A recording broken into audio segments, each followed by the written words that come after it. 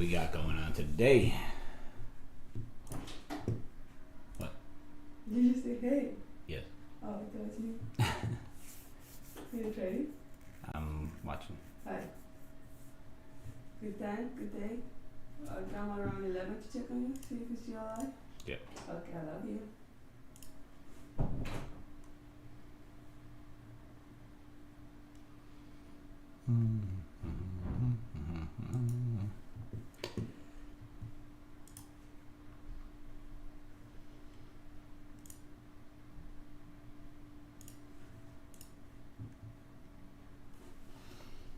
Let's see what we got going on today. This crazy capitulation is, we don't know if it's capitulation yet. That's the thing. Let's see.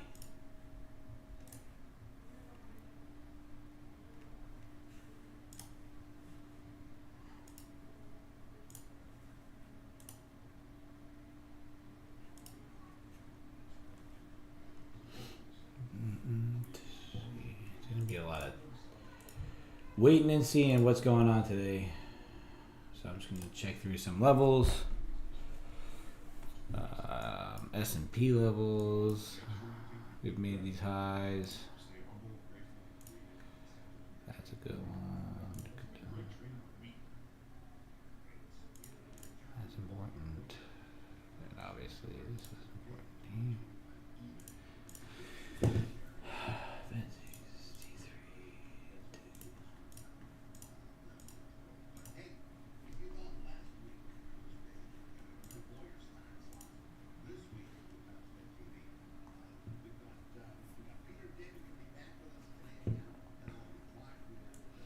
I might look for this to break down, but if we do this little dance below here and then push back up, then we could possibly continue and have an upside continuation day. So I'm looking to just kind of wait and see on what the price action is going to tell me a little bit, especially a Monday, especially after this being in no man's land. So we're going to wait and see what's going on.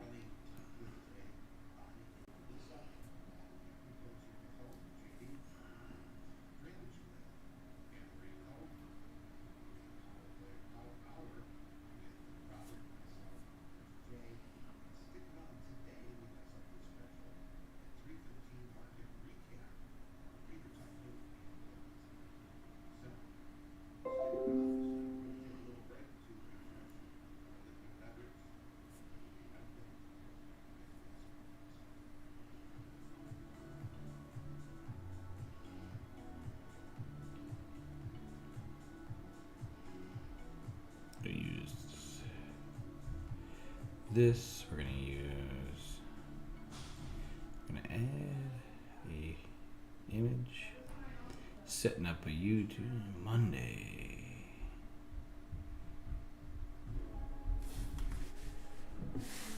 Waiting for the open here, 4 minutes to open. Got nothing crazy going on, so I'm here for chat. I'm here for alerts. No new news that I'm aware of. News. Market watch.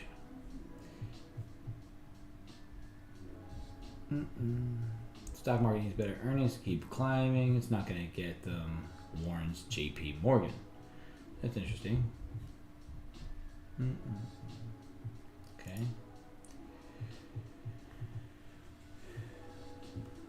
So let's see if that helps us.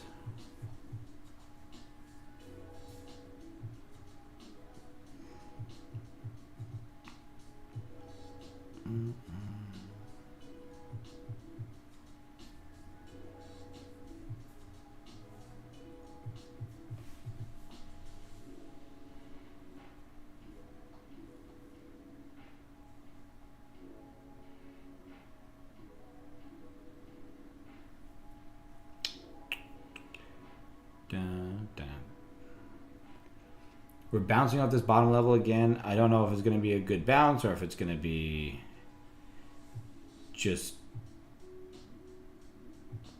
whatever. We're going to see.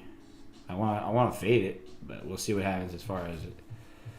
Once the open happens, if we'll clean up some of this chop from the overnight, wash it out a little bit and look to come back down and then clean up some. I don't really have any there's no new news, like nothing headline-y that will help us here.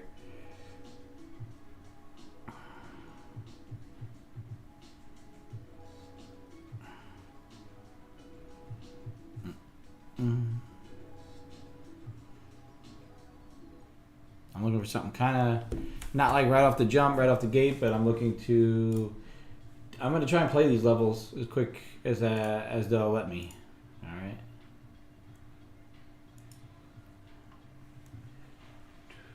Looking to just build on what we had going last week and the week before. We got 2 green weeks back to back to open up 2024, and we're looking to just have another good green week here. Build this funded account up slowly but surely. Like I said, I have a copier on, so I'm copying onto 2 combines, and not that I need to be funded 3 times, but I'll take anything that they'll give me. Any dollar counts. Got some coffee here. We're ready to go. I think 47 seconds to open. We're still sitting at the bottom end of this range. I drew up these zones a little while ago. Wow. It's really stretched. I want to see as much information as possible, so I'm going straight off the jump on a 1 minute. I drew up these zones, like I said, right before I dropped off my son at school. So we got just 2 kind of key points of overnight inventory where price was just bouncing around. Then once you break above that, you got this high here that you would look to see it break out of, and obviously the all-time highs, which was made there. 7 seconds. We are holding above this level here. Not only are we holding above the zone, but we're holding above this 519, 520 area, and we're open. Let's see what this opening range does here. Hopefully everybody has a great week.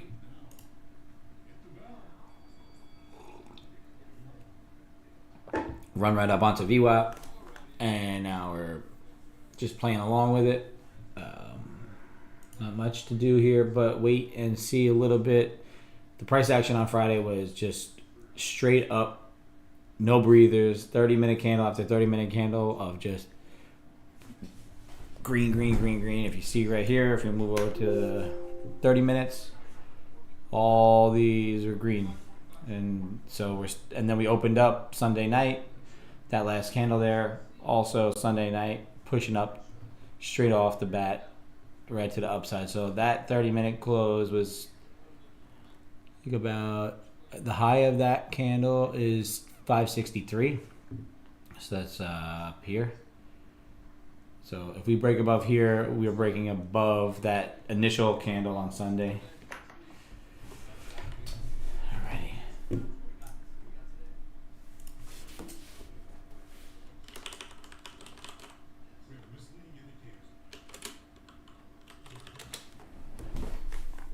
Alright, we're sitting above VWAP. The opening range is done. It's about 81 ticks wide.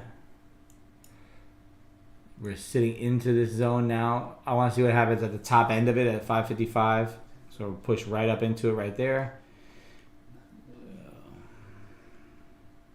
That was rejected 1, 2, 3, 4, 5, 6 times in the overnight, and it just blasted right through it with no problem. So we're still very whippy. You could see the price action just bouncing around like crazy. Not a ton to do here unless you bought off the open and you're just letting it ride, because this could just continue on for however long. There's no necessary need for a pullback. I think for health wise it could be, but I'm not willing to risk my basket on that. Tilt is 69% long. Do we clear out this high and then rotate to the down? Or do we clear out the high and just continue rallying? Are people still so exuberant about this market? We got to find out. Fear and greed index. See if it's still at greed. it's tilted on the high end of the greed scale. If this continues on like it is, then I would expect this to flip to the extreme greed. We're at greed right now, pushing up to the higher end of it.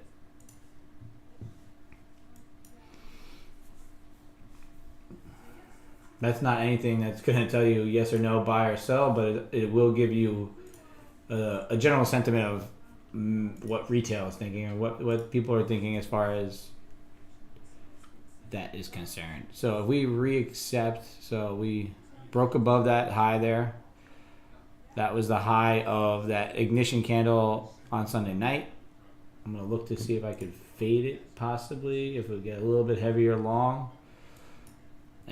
I'm not trying to get in front of a freight train, but I'm going to watch my divergences and I'm going to watch price action here just to see what we could do as far as limiting risk and whatnot. So if we can get another whippy action above, this is the time where you really I know last week and the week before I was streaming and I was not taking certain trades because they weren't completely set up, and you can see here, this is such a strong market to the upside that if I did take that first initial sell off that level, then you just get run over on the second touch and the confirmation on it, right? So we're trying to diverge here. We're getting Delta not quite playing along, but price is making new highs here, but now Delta is trying to play along a little bit, so it's a patience wait and see type game. So hard to these all-time high levels are such a hard thing to play with, especially when you're not in this territory very frequently. You just have no levels, nothing that's super established from the prior anything, because it's never been here. So you're really relying on pure price action, pure just speculation. I know that opening range trade is working out.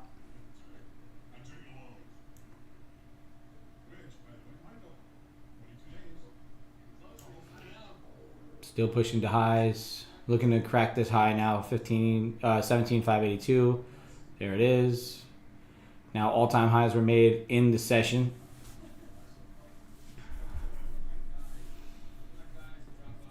It's just continuously rallying up and up and up. If you would have bought, so my analysis pre-market, my little notes that I type up last week when we were pushing down to that level that I was talking about at 3. Where'd it go?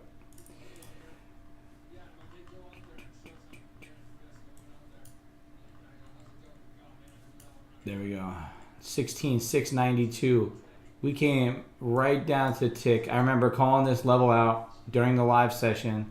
I remember trying to wait for a secondary retest, a flush of this, and we never got it. It literally ticked that on the minute, never came back and revisited it. And since that day, since that minute, that tick, we have been on a constant up grind from there. So the 2021 highs, that little area there, this distribution zone was huge as far as information is concerned, with people wanting to buy, people thinking that that's a spot, or at least one big person thinking, hey, let's get in front of this and run it up. And since then we've been just cruising to the upside here.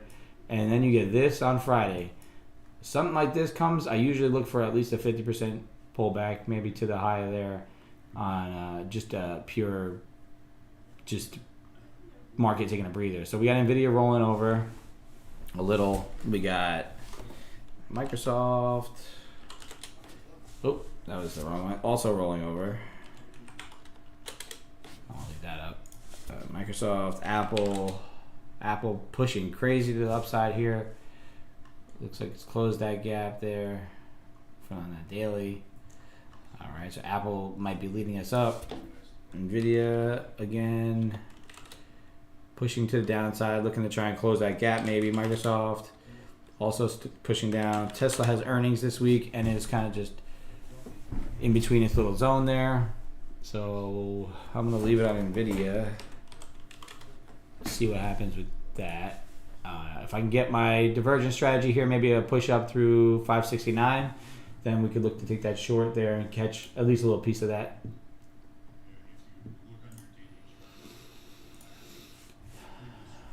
If we break above that 69 level again, and we don't get that full breakout of the highs, then maybe look to limit risks to the high of the day, and look to not get run over by the freight train. So we're holding above VWAP.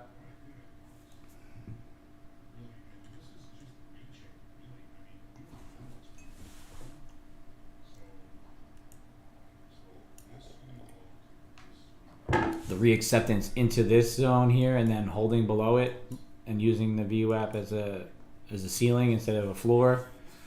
That could then start to get you to get more sellers spooked and involved, and start to just pour into it thinking that high is in.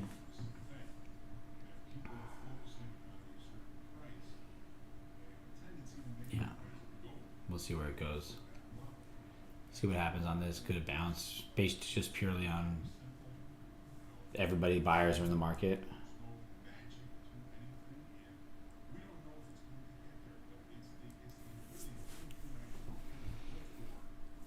I'm just being patient here, looking to catch that first move of the week, make it a good one, try and set off our week right. You do got the initial move up on the day. We cleared out all that inventory of the overnight. We now no longer have an all-time high in a pre-market session, so that's another confluence of this maybe taking a breath now. But also, if that high breaks, then it could just be off to the races once again. This is still acting as support right here. It was support here, and then all overnight from basically 7 o'clock all the way till midnight, and then it acted as resistance afterwards. So let's just see if it does act as support here again or not. You got your delta pushing down. Tilt is 50-50, pretty much exactly.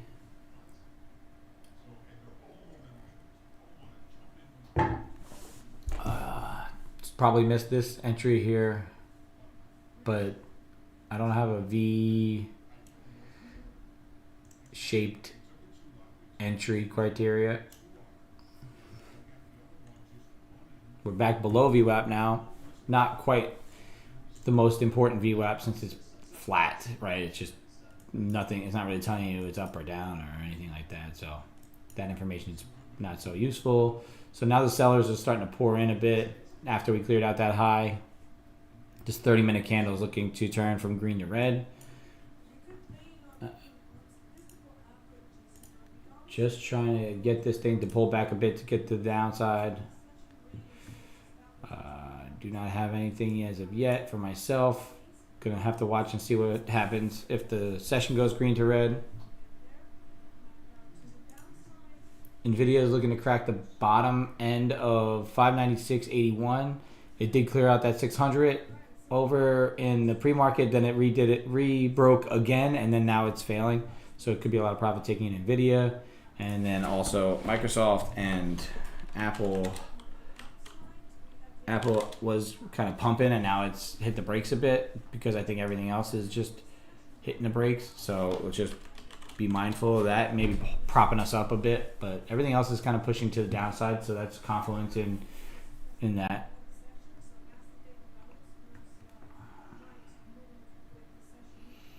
We have now broke the opening range low, so we are in red territory for the day. We gotta unlock the trading. This is another key zone from pre-market. Really what I'm looking to see is if it does flush this 519, 520 area, if it comes down and through and then retests and then holds this as the high, you could use this risk here. You limit your risk and you try and pull to the downside even further. And then obviously if you can continue the selling, it's just going to get more and more people to pour into a sell that have they had longs from all the way at the bottom, and they're looking to just not give back too much. So there's the breakdown of that level. Is it going to be a liquidation? I mean, a liquidity grab, or is it going to be a true flush to the downside? So we're gonna have to wait and see. This would have been nice. This short here, obviously, after the failed breakout, roll over. But for me, Monday, we're at these crazy highs. We've had this momentum just nonstop. Do I want to get in front of this and run it to the downside when I know that it easily could break the highs and run off and run me over, especially on the NASDAQ? So I didn't get in front of it. Didn't take the short that I was kind of anticipating. I wanted that extra confluence. I wanted that second touch or another breakdown on it. So this is a more convincing breakdown. It's more sellers sort of piling into this short here. It hasn't given me an opportunity to get back in. Right, this is all 1 minute. So for a 1 minute time frame, this is not giving you any sort of pullback or any sort of breather or a double top, if you call it, or a double bottom, or something that's going to be along the lines of give you an opportunity to get back in. That's hard. That's not a trade that you can really jump in front of and take.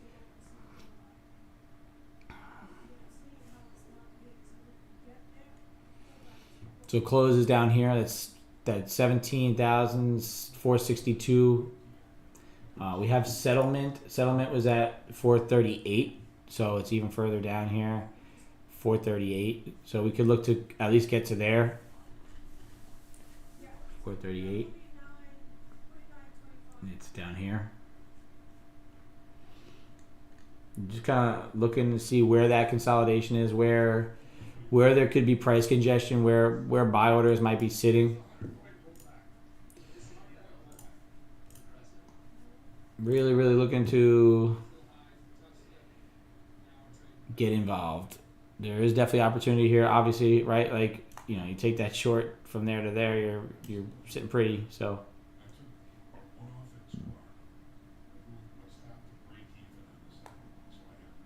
I have nothing telling me to get into the long side, and I have no pullback here saying get in short, and I also don't have like an idea of, do I want to take a short on a breakdown of this 91 level? Not quite, because it could be a manipulation, liquidity grab, and then run back up to the upside.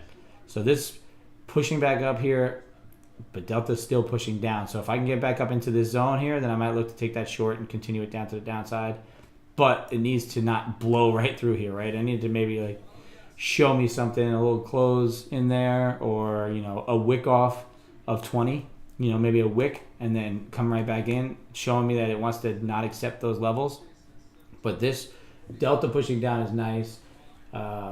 Shorts are still a little bit heavy on the tilt, so be careful on that. I might want to take a wick off of the 20 level and a breakdown of this. I'm going to set a stop there, stop entry. And I'm going to set the stop there. But like I said, we blow right through this high here at 25. This is going to be sort of invalidated a bit. Delta's pushing up hard. Price was able to grab some orders here. I don't have huge confidence in that. Microsoft bounced off those lows there as well. We're still there. We're not holding above it, so it looks like we might be just grabbing that liquidity to flush the downside. I'm gonna give it some time to play out here. If it breaks above this and holds, and then holds 20 on the bounce, maybe expect it to go long again.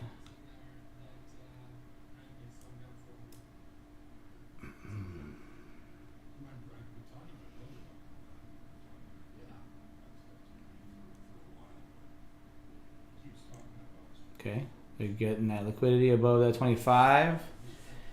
Let's see if we can get this to give me, a secondary, if this closes here and then it gets a little bit of a hold, a wick, and then rolls over.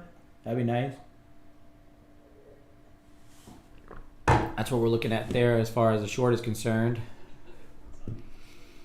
If we break down below this candle here and we get triggered in at 12s, you hope it doesn't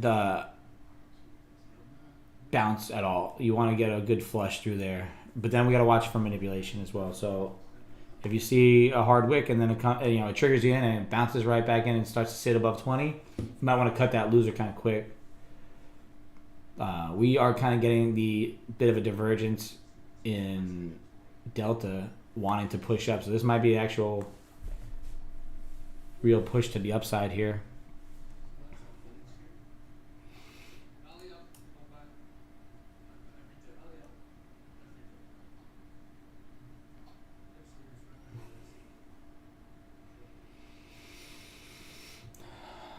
This could have just cleared out all this bullshit overnight, and then now it wants to go run it back up to the upside and go to highs. So just be mindful of that. You got Microsoft, you got Nvidia.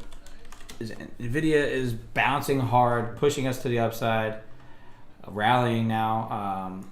You can see that candle there just pushing and pushing and pushing. If it does break out above 600, which it just did, 601, 602, now it's kind of rejecting that level. Let's see what happens with Nvidia. If Nvidia will reject.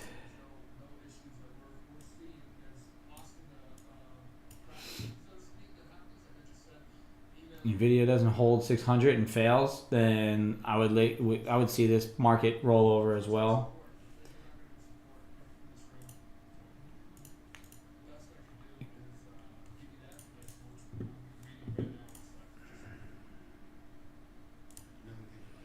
Nvidia just failed 600 again, so now it's back above it, back below, back above. Really going to be a key line in the sand there for Nvidia. I think that's a very psychological level. We did break above it once, and this time when we broke above it, we didn't have that gusto that kept it up there. So Nvidia has been leading the market. Chip sector is what kind of drove this rally to begin with, right? So let's be mindful of that. It's holding 600 right now. I'm going to just go down to the 1 minute on the Nvidia chart just to kind of show it here. Back above 6. This 601 from pre-market was pretty key, right? So if you can get that, above that price level there also could push us to the upside. If Nvidia breaks, the rest of the market's going to go. If it breaks to the downside, like look at Microsoft looking to roll over. Apple pushed highs. Kind of the only one that's really pushing highs. Nvidia also flirting with this 600, but you're getting into this point where it's kind of just making a decision. It's thinking about what it wants to do. Our price is still below VWAP, but it's pushing up a little bit quicker. We got faster price action going on here. I want to see this Nvidia roll hard to the downside, fail 600, and if it fails 600 and starts to roll to the downside, I think we have to close. Well, we already closed the gap, so if we get back down into that area, our short idea here through this zone and beyond is probably going to play out. I don't want to be up here trying to get stopped in because that's a good place for our diversion strategy, right? To you push up, you come back into this zone, accumulate some orders, and then you rally to the upside. I'm just below these orders. I may get ticked in, but I also think that if we do flush below this first candle here, we're going to at least come down into that 500 again, and then we'll have to make a decision. So I think, I would hope that this doesn't just get one ticked in and out. That would be very interesting for me. S&Ps have pushed and rallied and held above pretty strong here. So that's not helping our cause. But you can see that the 30-minute on the NASDAQ is more indecisive than the S&Ps. The S&Ps is convincing to the upside. I think everything is really in the markets trying to catch up to these tech sectors. and the tech sectors are kind of, not that they're in indecision mode, they're just in, we have rallied the most already, and now people are rotating maybe their focus into other sectors. So that could be why this is being like that. So here we are again, right at 688, and the Nasdaq's now starting to roll a bit, not too much, but a little.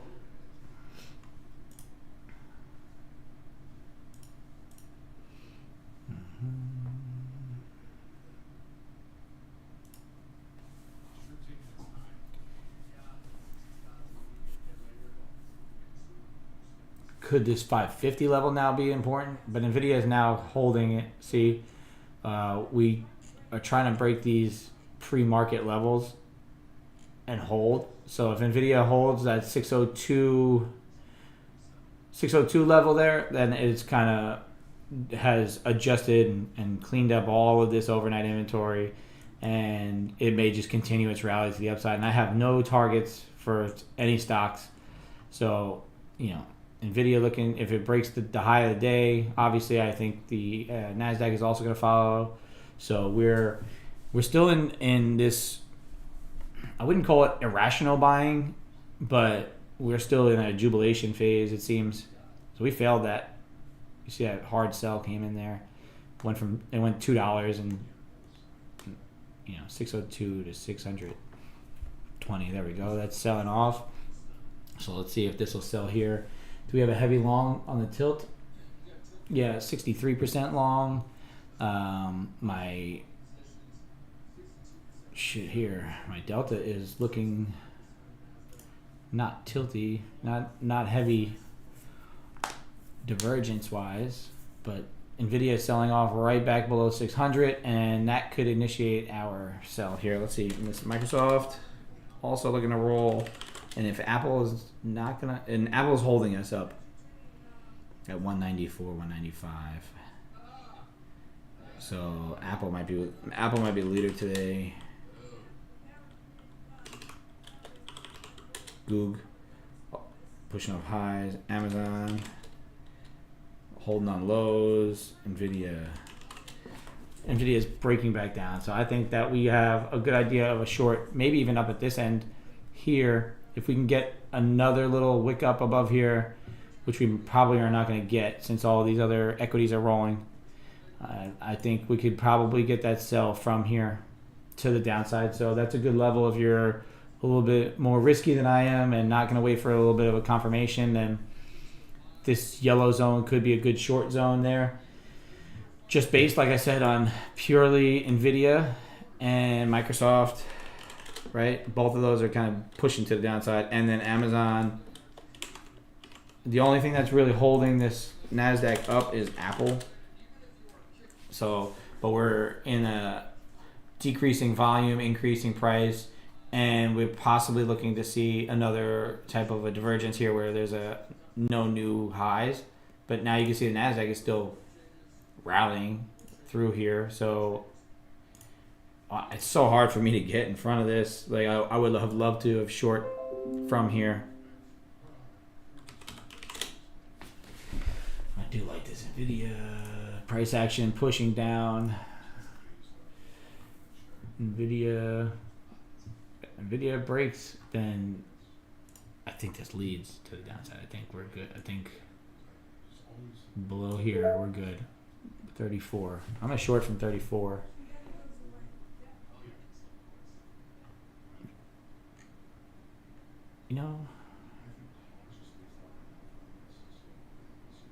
If I get a divergence here, no new high, and maybe another candle up to 55.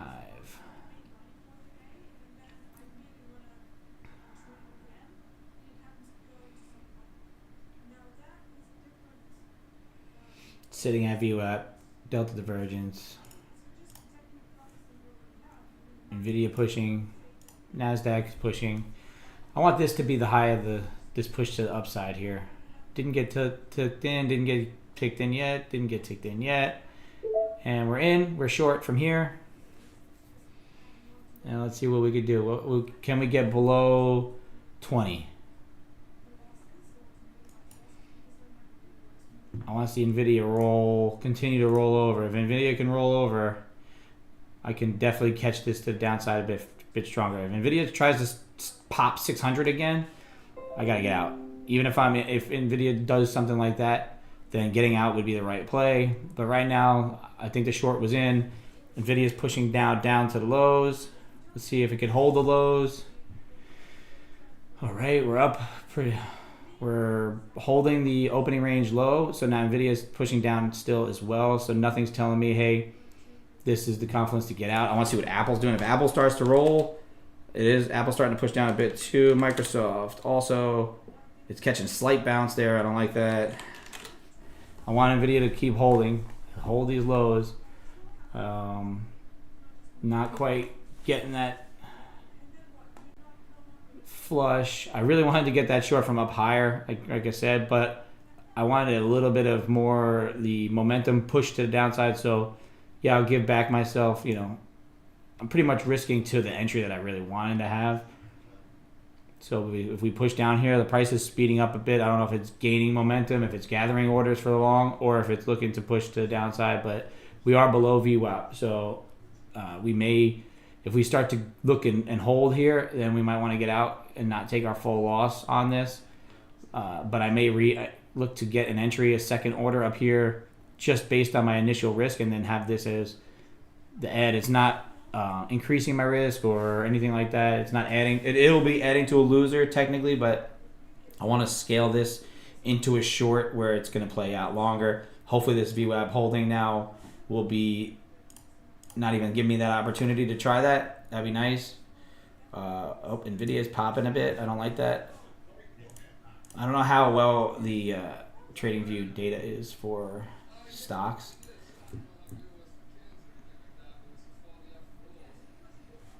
Hopefully it doesn't give us that option to get in again. But if it does, I'm going to try and take it.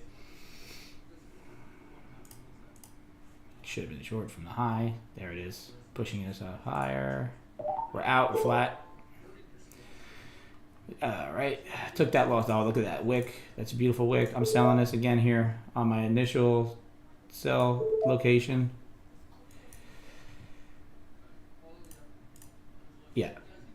I'm taking this short if it gets to push down. There we go. Taking my second chance at it. This was my initial entry point where I really wanted it. We're actually now pushing hard to the upside. So I might have just kind of chased myself in, but that's okay. All right. Possibly going to look to add if it's wicks below here. Yeah, we're going to look to add to it. I'm going to add to this short.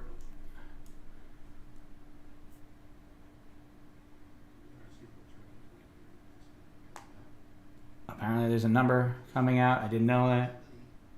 Nothing that's important to me. Come on, push to the downside. Trigger me into that second entry. There we go. I'm putting my stop there. So now if we do get triggered into the entry, it's only going to risk one contract of actual risk. Look at that wiki action, man. We have sped up a lot here. VWAP is playing with our heartstrings. Come on, push to the downside here.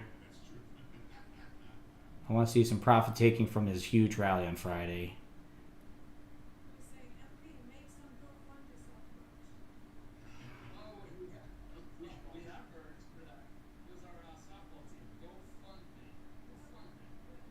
All right, we're out flat. We're not going to play along with that too much. That kind of whippy price action there. We may do it one more time if it does get us to that divergence, right? We're still not pushing these highs here. So maybe I take the profits at the bottom there. What's Nvidia doing? It's pushing to bottoms. I got it. I got to be in this. Dang. Look at this whippy action, man. Tickled myself out on that ad. Never let my trade play out on it. So I don't want to chase yet. Give me one more push up. Softy. Also pushing to the downside. This is a heavy We're selling that level there. That was the add.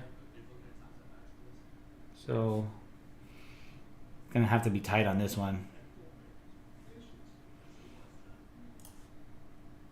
And my original sell is here. So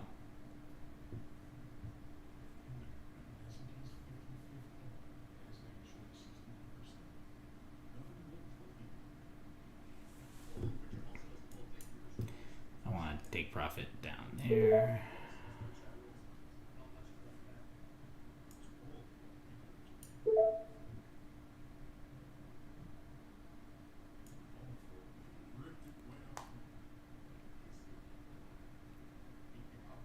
Except below here. Strong pushes. Got to get below 20s. It's holding below 20. Come on, hold below 20s.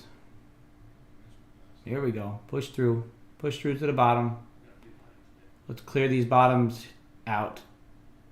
Get my add on.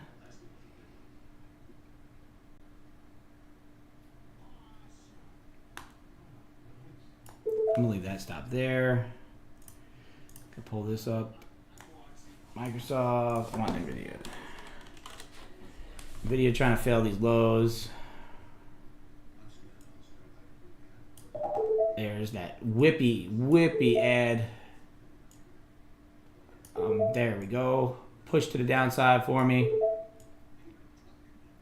Good stuff. Good stuff on the add. You know what I'm gonna do? We're going to get kind of tight with this. We're going to trail one out if it does want to trail out. If not, we're going to stay in this order as long as we can. It's a heavy market, but also at the same time, we took one off there. So now we are up on the day. Whatever this decides to do now, if it just rolls over, it rolls over. If it doesn't, then we're okay. There's that flush. I want to see these wicks flush. I want to kind of be tight with the stop there. Above 5 because we're getting to 500. Give it this candle to push to the downside. Now we're going to go candle to candle on the flush. We're up 300 on this trade here. Basically we covered our risk. I'm going to be above that wick there, 504. If we could hold below 500 and then if we can get below this 491 level, we could be looking to sell off pretty good for hopefully the remainder of the day. We got NVIDIA really selling off hard. We got Microsoft, and there's a whippy candle to the upside and stop me out, but we're up 240 on the day, okay? You can see the confluences that I had here going. I wanted to take the from the top, right? If I would have been not a little bitch about it and get stopped out to the tick there and we would roll over. I had my add here, so we would have 2 contracts on from there instead of it being a $240 day. You know, we'd be up over 1,000 right now, but it's a good way to talk it out. Good way to start off the week with that kind of entry. Using all these confluences, I took a few different shots at it and finally got paid on that move there, right? So I took off 380 on that, and then the add, I took off 180 on the add. And now you can see, because of this accumulation here, that's why I'm quick with it, right? Quick with getting that stop in there, quick with the trail. I'm scalpy, but I'm looking to secure my profits. Yes, you know, up here, I ticked myself out, and I could have got my full rollover. I just didn't trust the NVIDIA price action on it, right? NVIDIA was playing with that 600 level too much. And instead of breaking to the downside, when I took the trade, it gave me that one extra wick above, right? That was a great divergence play there because we didn't make new highs on the delta, and that's why I re-entered again. I was just a little too tight on the stop, but hey, I'll take it up 240, right? Because I've been kind of just grinding on the days. So to start my week off right, day 1 up green. Can't be mad about a green start to the week, especially we're going to be looking for another one. We're going to look for another good divergence trade here. starting up 240. It's a good start. You know, we're not even 30 minutes, about 30 minutes into the trading session. We got a green day so far. We're not going to look to give too much back. Like I said, it's a Monday. We're at these blue sky highs, and we're only able to work off of pre-market levels, right? That's all we have to work with here. So we're just going to kind of look to see if this continues to play out. We are sort of building a slight little wedge here, right? We're using this liquidity zone down at the bottom, which seems to coincide with the top end above this 1991 level. So that could, if that could flush, then you could still see that continuation to the downside. We are green on the day so far, 240. So starting off the week right, looking to not give that back, but also we're going to not give up and look to catch the right move next. Because we didn't really, honestly, I called out that trade. I told people, if you're ready to take it, take it. You don't have to wait for that confluence. And I'm sure maybe somebody did. But at this level, with the NVIDIA price doing what it does, it's been leading, right? It's been taking the price action where it's been going. This, Microsoft, Apple, all were telling me slightly different stories, right? Microsoft wasn't strong at all. It was pushing to the downside. So I expected somebody to follow to the downside. NVIDIA, right, was pushing to the upside, trying to hold 600 and failed. And Apple was pushing to these new highs on the day and also trying to fail it. So I believe that Apple was the one that's holding the market up a bit. It is leading the way. So if Apple seems to break these highs again, and NVIDIA can catch a bounce like it is, and Microsoft does not break to the downside, you could see some of these start to catch some bounces, and then our NASDAQ will follow. But overall, still pretty good. Good start. You know, like if I didn't get stopped out here, I was adding below, and I was going to take off down here at least one. So it would have been $940 per contract there. And Deck absolutely killing it. He caught the full $1,300 on his SGMNT short. If you're looking to get short just based off of pure technicals, this is a pretty key level here with VWAP, with this little down wedge pattern that we got going on. We are starting to build some delta. Looking to build some delta here. We are up green on the day, like I said, but I was a little bit of a bitch on this one. The first one I ended up taking short, got stopped by, wicking out. The second one I didn't trust the follow through to hold the high, but if we did keep that original risk on, like I said, that one trade I would have been net 915 plus a runner, because I would have had it add up here 915. We would have been up probably very close to that 1,300 if we would have shed the contract at the bottom here like we did with the lower entry, right? With that price action, I couldn't not that I was chasing, I was just entering based on my ad. So I added my first contract where I would have added my second. So we're here. We're looking at another rollover through our 20 level. Will it hold, right? Like how it held overnight? Will we spill our coffee all over ourselves? Out of pure joy. Pure joy. Alrighty. Still going. Still rocking and rolling.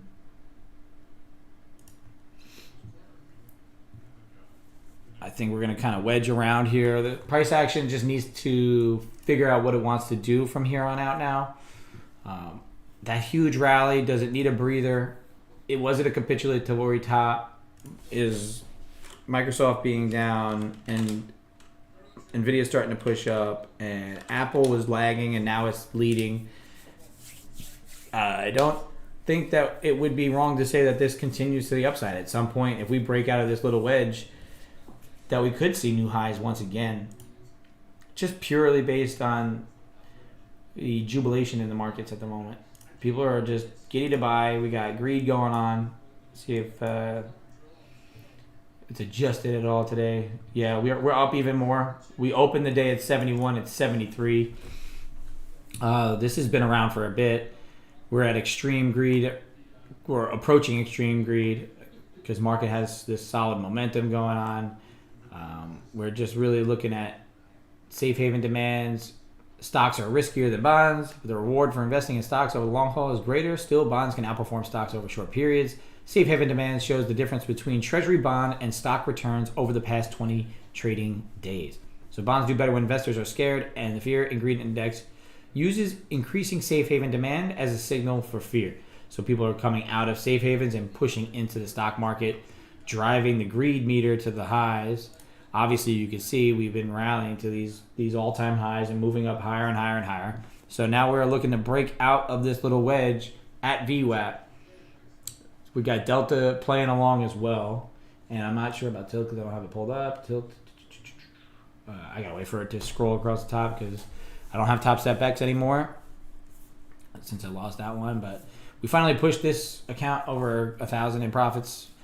You know, we're trying to grow this slowly, steadily, you know, week by week, trying to be green.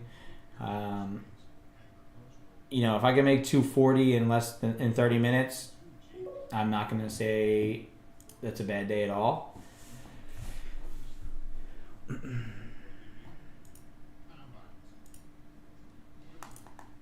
Deckmar trying to pump us up here. Bunch of new traders out there. If you don't know what TradeCaster is and you're over on YouTube, and I'm still trying to grow the TradeCaster, it is a, let's see if I can pull it up here. Which screen is it? Is it this one? I believe it's this screen here. Yeah, there we go. So we are over here at tradecaster.com. You got everything you want out of me. You got alerts. I alert all the levels pre-market of what I'm looking at. I'll send out my weekly watch list, which is also in the YouTube bio at the moment. We got a chat here where we chat. We talk about trades and everything like that, profits, all that. You got the stream right here in the middle. It just tells you what I'm all about. We got economic calendar. I included a chart here so you could take a look at whatever you want, you know, on the screen. You don't have to jump around. And the stream info, a little notepad, and just a little bit about me. I think you guys, Deck's out here. He's crushing it. He's helping everybody out here. So just kind of going through TradeCaster. Sign up, 7-day free trial. Link is in the YouTube. Link is also in my Instagram. Like I said, today we've already called out a couple pretty good trades. We're up 240 on the day. Should be up a little more, but I bitched out and I took that first one off at break even right over here. So if you're on YouTube, don't be afraid of TradeCaster. It's a place for traders, by traders. I meant to show you the all the lobbies that we got. We got a ton of new traders this week. Everybody's starting up, brand new streamers. If you don't like me, if you don't like what I'm doing, you could always go on over, check out any of these other people. They're trading everything from stocks and options to Forex to futures like me. And then, you know, get out of my stream. If you've made some money with me and you think, hey, I need to just get a different perspective on things, you could always hop over to Mamba or Yeah Buddy or J-Trades and Deck. Deck's not streaming come tomorrow for the rest of the week, so I could be your Doug. You can come on over here and check everything out. So just be mindful of that. We got a ton of traders over there. It's a great community. There's education. You could get so much value out of all these streamers here. You know, the stream, once you have to pay for it, or if you decide that you're not going to and you're going to just save up a little bit, you know, there might be a deal coming out soon with discounted rates. You know, just wait for that, jump on it, and one good trade is going to pay for your membership out here because of all the great traders that we have on TradeCaster and the opportunities that we got. So I'm going to set that link up actually in the YouTube chat so you can take that and do what you want with it. But you can go over there, check it out. Like I said, it's going to ask you for your payment information and whatnot, but just go over there and take a look at the benefits that you can get and do that 7-day free trial and go from there. My stream is going to be free for the time being, so once your trial expires, you could always be over there. It's better than YouTube, especially because the stream every day will change, like the video and everything, but the chat stays there. If we talked about something in the chat, you could always go back and kind of run through it. It never goes away. I don't close my lobby. I leave this lobby open. The alerts will be there. So if you're looking at levels from the past or anything that you think that I said or somebody else in the chat said that mentioned, oh man, what did they say? In YouTube, those chats are gone for the most part, unless you want to go, watch a video and have the live chat on. You come here, you got the chat. It's going to be saved. You got my stream, my lobby. You can go to the other lobbies. All their chats, most of the time, I believe, are going to be saved. And you're just going to go and you're just going to be better off for it. The access to the information is huge.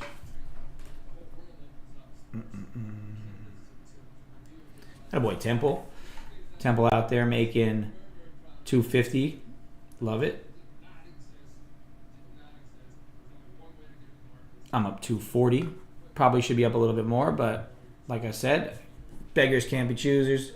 And I just want to be better off with some of this trade management. I'm being a little risk averse. Let's see what we got notification wise here. Don't care about that. All right, good.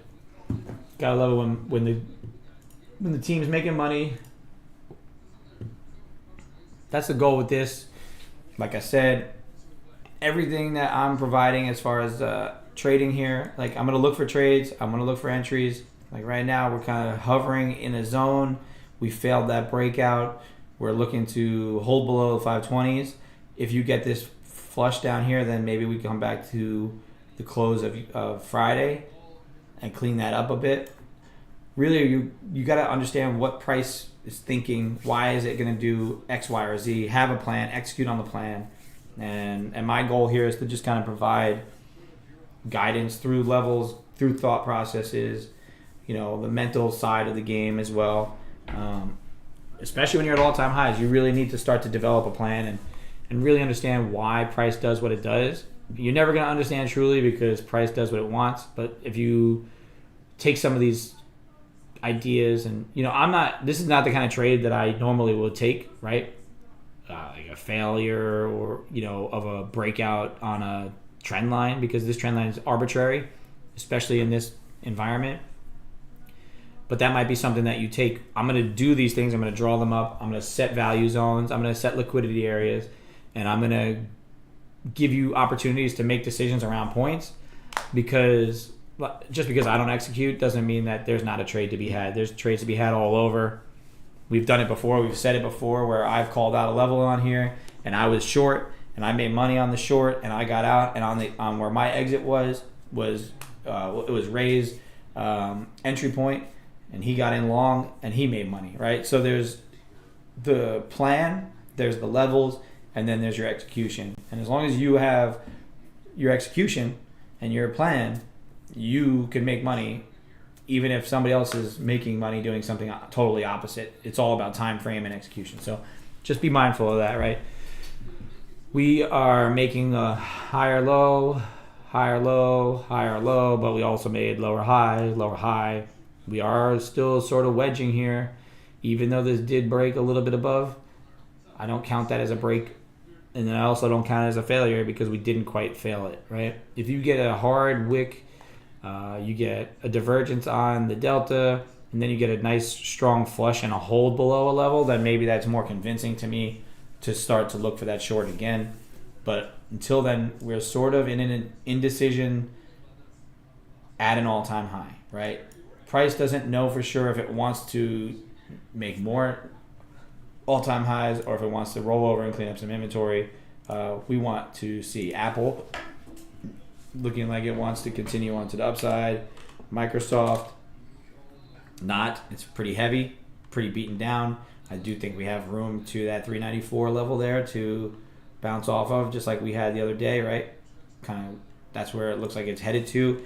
And Nvidia, who's been the leader, the driver of everything, is flushing the bottoms or attempting to push to the bottoms again. So if Apple's the only thing that's holding this market up, Apple is the only thing holding us up. And if that fails, then you're going to get that secondary push to the downside again. So watch all these confluences. Understand why I look at Apple, Nvidia, Amazon, Microsoft, Google. Those are the core pieces of 55% of the weight of the NASDAQ, right? So whatever they're doing, that's what the NASDAQ is doing. This is the futures, so it's not spot price, right? So that's not exactly directly correlated. Spot prices of the indexes are, but the futures is kind of extrapolating these prices of today and what the price should be in the future, right? Futures contract. This is the March contract, so it's not that far into the future, so they are very closely correlated.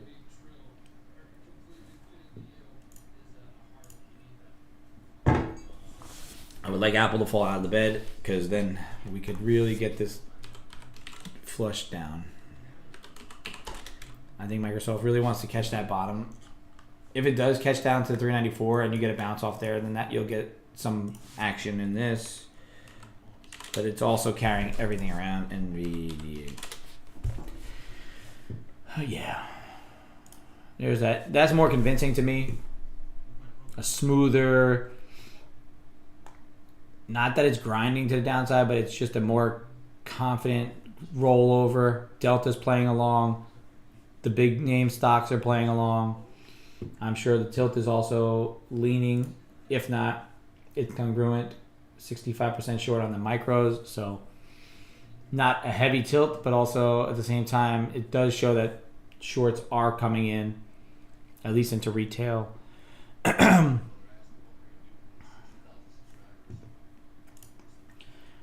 Every day I'm looking to just grow the Tradecaster. I want to start really streaming that exclusively. The YouTube is great. I love it. Also, it's been good to me as far as people in the past gain some new followers, both sides. But if you're serious about trading, I think the Tradecaster thing is just really useful for everybody. Not just because I'm on there, right? Because I'm not the most important trader in the world. There's not a single person out there that's going to help you more than you help yourself. I've learned that in trading as well, but having some company, that's what I'm here for, and just kind of providing a little bit of value. I don't think I'm super entertaining. I try to keep it even keel as best I can to keep my emotions in check. I know if I get like deck and get wild, I'm going to trade like shit because I'm going to get so emotional on one end and I'm going to get so emotional on the other end.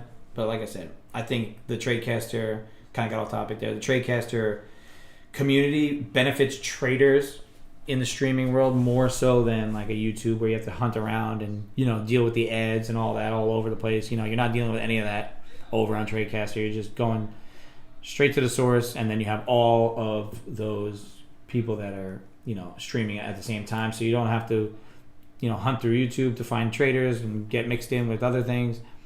Maybe old videos, who's live, who's not, who's got a lobby, and you can go in and go into the education section and learn a lot from a lot of different people and get some different perspectives on markets. So I can see it's very indecisive right now. Markets are just kind of trying to make their decision on where they want to go.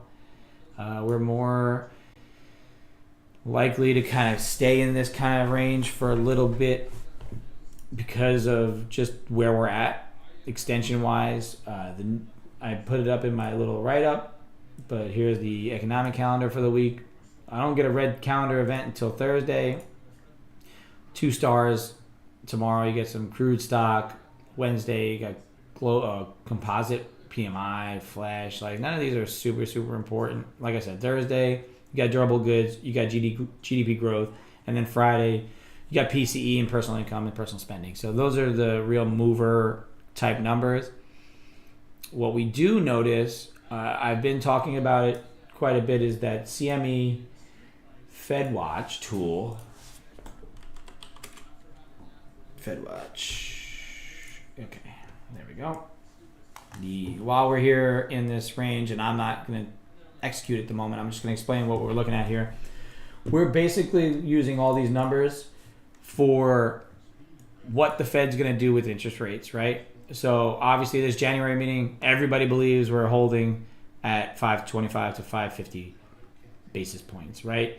What everybody's been pricing in is a cut in March. So we go over to March now. After all the data that we've been getting and some of those sell-offs and the strength in the economy, this number was up around, what day was that? January 19th, A couple days ago, it was at 46%. A week ago, it was at 76%. 76% of people thought that there was going to be a cut come March. That number has now dissipated, and more people are starting to fall into the camp of we're going to hold come March. So this number adjusts every day. You know, it's based on a lot of things, but for the most part, it's people who trade these bonds and their positioning sentiment is what they use, right? So this is what we're pricing in with all these numbers. If you start to still see numbers that are hot, if you start to see strong economy, this number here is going to keep decreasing, and this number here is going to keep increasing, and you're not going to get that shock on the day, you know, anymore. You know, if we were still up in this range, right, 40, 50, 60, 70%, thinking that there's going to be a cut, then maybe you're going to get a bigger sell-off on that rate day. Right now, in May, they think that that cut's coming. Still, the majority of people think that that's coming. So just kind of be mindful of that's what's going on. So price has kind of held that level now. It's pushing to the downside. I'm going to guess that NVIDIA also is pushing down. Yes, it is. It broke the lows. NVIDIA it's sitting on support here at 591. If it flushes that, you're off to the races to the downside. Like I said, anybody who is looking to trade that could have traded this zone based off of the rejection of that and this zone acting pretty well. Is this flush to the downside going to hold, or are we going to rebound back up from here? We have to see. This was the breakout point from Sunday night. The ultimate target is going to be down here. It's 465.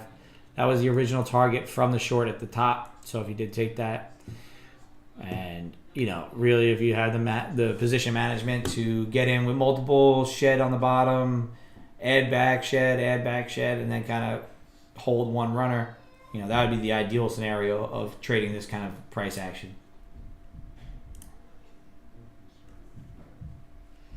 The bottom yellow area, which one? Are you looking at this one where I'm at right now, the 491? So 17,491. I drew that yellow line there purely based, right, on the price action from Sunday night, right? We opened up Sunday. Okay, yeah, 519 area. That's up there. Okay, so that was also another breakout point. So purely based on overnight price action, watching where price slows down, where there's a pullback, where there's liquidity being grabbed, and I'm going to use that zone as all right, let's watch this moving forward, right? So I drew that zone up there. I extended out to the right. Boom. We got a rejection of it once, a rejection of it again, a rejection of it again. That was purely based solely off of this liquidity area, right? Because there was enough buyers in here to give us that strong rally and push to the upside, but also it was a spot where there was some indecision made, right? So I'll draw that zone. Then the more touches on that zone, the better that zone acts for me, right?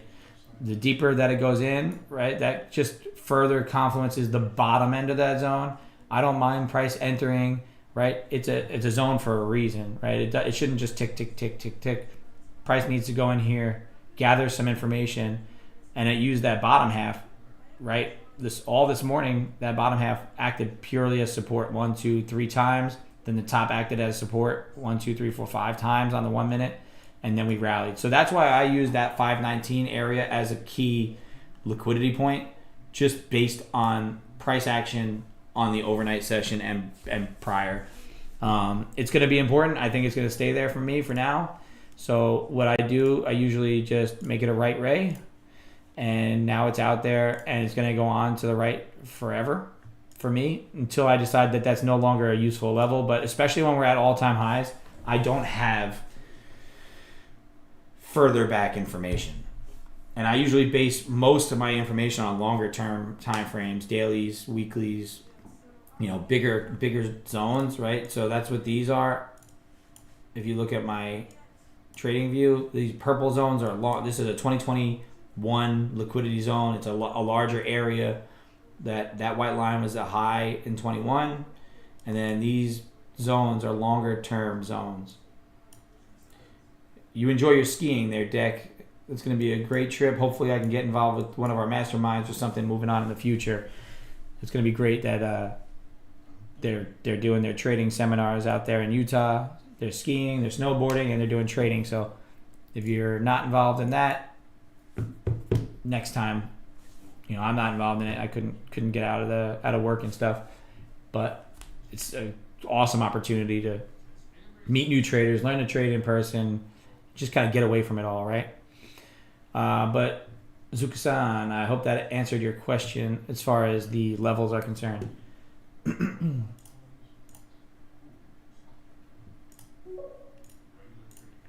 Awesome, cool. That's just what I really want you guys to start thinking about on your own, right? I love to provide levels. I love to have my levels work out, and I really just like seeing the market and understanding the dynamics of it. And obviously I want to make money and tons of it, right? Everybody does. That's what this is about. But it's really about the processes for me, and I think that's going to keep me around longer term. I think that's what has kept me around since 2017, really, because I haven't made a ton. Being when you try to trade and work and all that stuff, you really got to find that balance. And if you don't find it, you tilt one way or the other really fast. But going through the processes keeps me, level and grounded, and it keeps me super interested in what's going on in the market. So if I could get everybody or a lot of people interested into how did that level get there? Why is his zone there and why is my zone here? All these zones are going to be different from person to person. I think, over a long period of time, I've been doing this for a while now, trying with the zones, I've kind of honed in on where I like my zones and where I don't. Some people go wick to wick. Some people go just bodies of candles. Some people go longer term. Some people go shorter term. But just find your niche, and you need to give yourself, especially like I said, with these all-time highs, these rallies that we have coming from Friday, we don't have any levels, and I base everything off of levels. So if we have no levels to work off of, use the information that you have in the immediate past and start to work with it. Start to develop, this is where I could, maybe see some liquidity grabs, or this is where a price did this before. Will it do it there again? And you don't have to trade it right away. You can watch it, see if it reacts. If it doesn't do anything, if it burns through like a hot knife through butter, then maybe it's not a good zone anymore, or maybe it will be a good zone. So I keep watching it, give it some time, give it a day or two or three to see if it's going to play. I won't play the level unless I'm confident in it. Like today, I played it just because of the way price action worked overnight. More so, I really wanted to get, that high and just hold that short. I bitched out on that trade. I'm cool to admit it. No harm, no foul. It's a break-even trade, but realistically, I made money on the next trade on my ad. So realistically, I would have been up quite a bit more if I would just let my first trade play out and let that ad happen and then start to adjust my stops. But that's just me talking through it.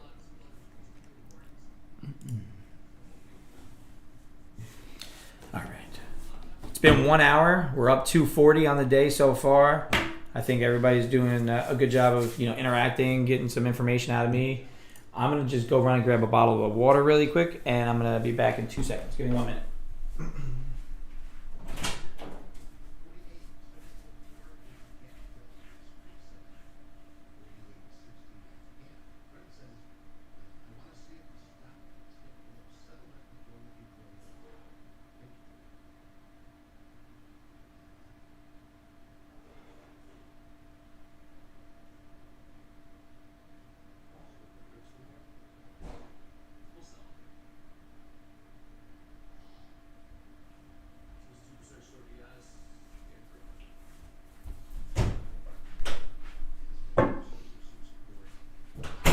All right. I'm back for some more trading information. So we did clear out those high, the close and the low of the overnight.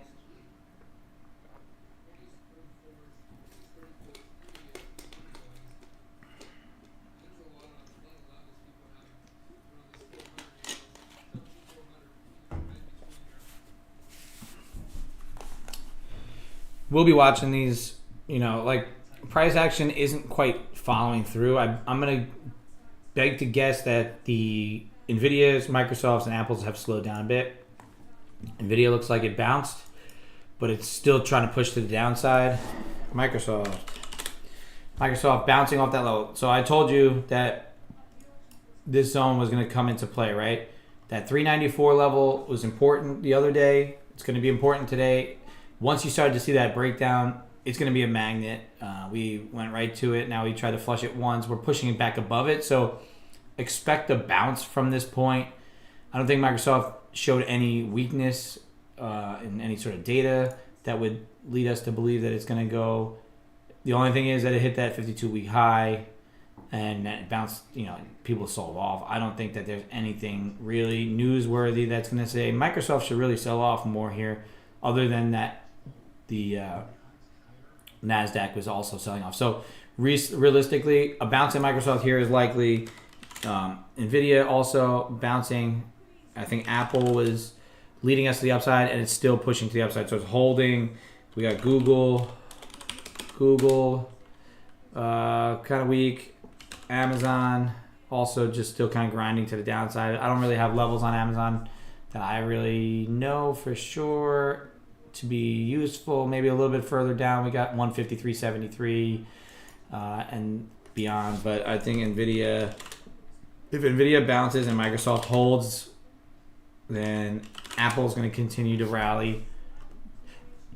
Apple has, let's see the daily. Apple has room to all-time highs, and there's no real news that's dragging it down other than the China news that I was mentioning in my write-up. So if you go over to my write-up, Apple, really only thing that was pushing it to the downside is China's economy and some of that stuff there. But we had a decent pullback, and now we closed that gap, and we're going to look to break out above 196, 197. 200 would be a nice key round number and push us back up into those highs. So Apple doesn't really have any reason to want to pull back. I'm going to switch back to the 5-minute. I was on the 1 on all these, but 5 will give us a little bit more just general information here on these indices. On these stocks, Nvidia, I think it's just going to want to bounce. It's been so strong. I feel like that might be just profit taking from 600. And Microsoft, like I said, 394, that level is going to be a key line in the sand for it. If we do get a bounce from here, you could rotate back above that 396, 397 into that pre-market, post-market consolidation. But if we do flush 394, then who knows? But right now it's kind of, is it because of the futures pushing us down, or is it because these names are overbought? It's interesting to see. So we're holding below 491, and like I said, the reason I drew that level up there, talking about levels, this is the breakout candle from as soon as the markets opened on Sunday night. Then we consolidated from here, and this was the point where price decided that it was going to break out and push to the upside. So that 491 level down into here, 474 is going to be, I had a pretty wide, like a zone drawn up here, but it was way wider. It was like all the way down to these levels here, because this is the only place where there's been some just choppy price action going on, and we needed to kind of see what happens within these zones. If it does come to the downside, it's going to grind through, but we're going to need to wait and see.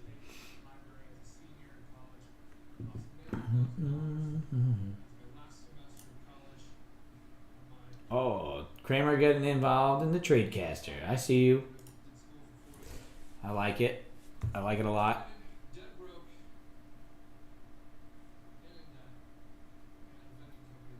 Welcome to Tradecaster.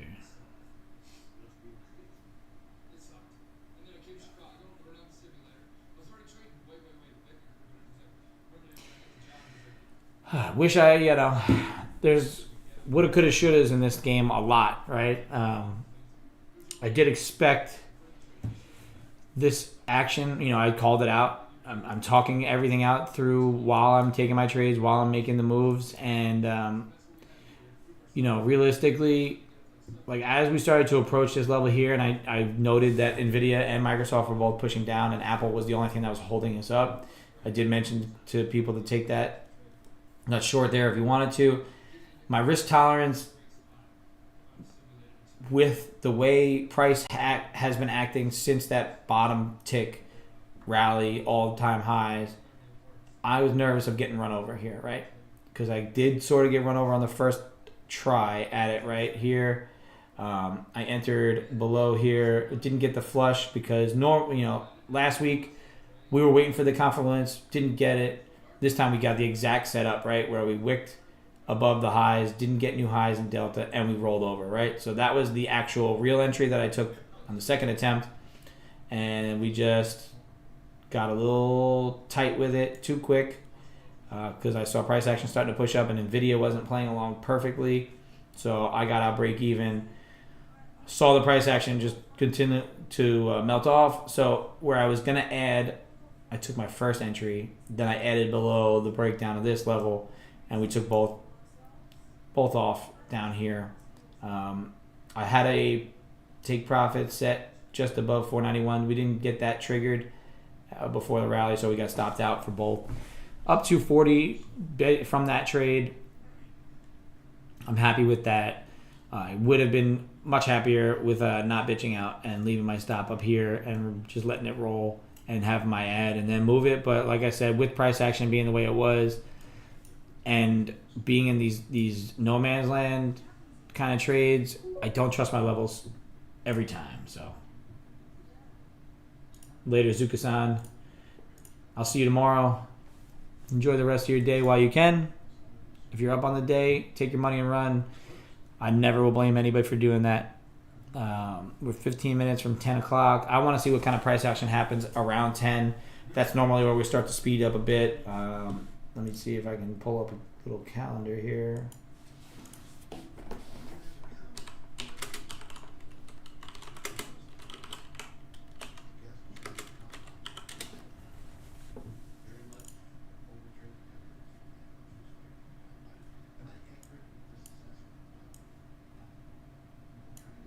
All right, I'll pull this up here. I use an FX map, but this is where you're going to get the sessions of what's open, the overlapping amount of time that they're open. It's hard to kind of go based off of this, so we'll go off of Eastern time. So you got Eastern 1, 2, 3 a.m., 4, 5, all the way up. So New York opens 8:30. And London closes at 11 Eastern.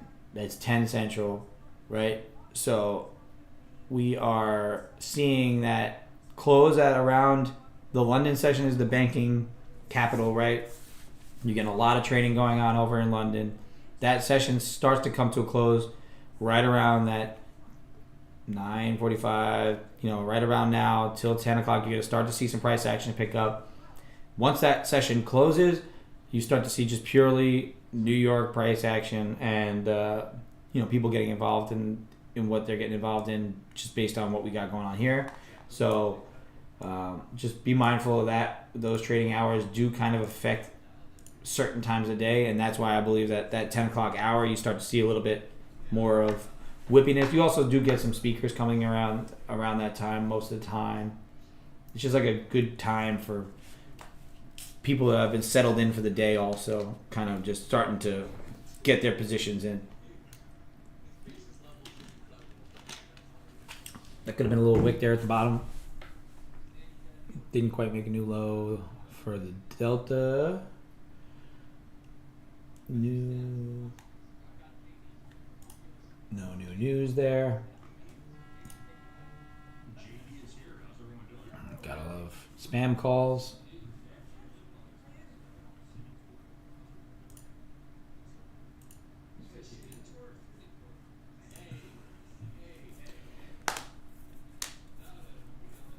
Continuing the sell-off here. I mean, realistically, the best trade happens where if you're able to be patient with this kind of market. These all-time highs is just there's no way it's sustainable to just continue that kind of rally that we had going on Friday. Every 30-minute candle from 8:30 the entire day was green. Then you open Sunday with a big green capitulatory kind of candle. Then you flatten. And then once you flatten and you get that consolidation above all these levels, once you break down from that level, that 518, 519 level, you're looking at a retracement being way more likely. And then, what are you going to look for? You're going to look to see maybe this breakdown, pull back again, come back into that 518 level before you get another wave of selling. But if sellers start to pile in here, right, you have all this consolidation here. That could be pretty important. Alrighty.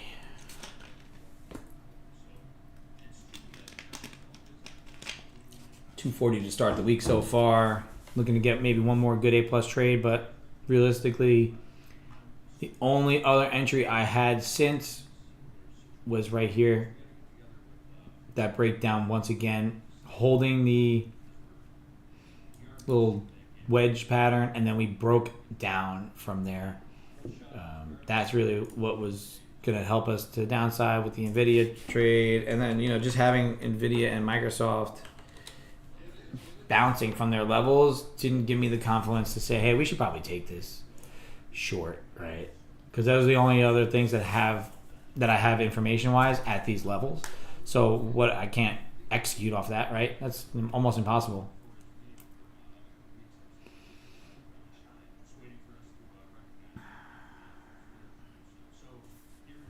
Could we look to get long again if those things start to line up? This is zone here, even down to here, really.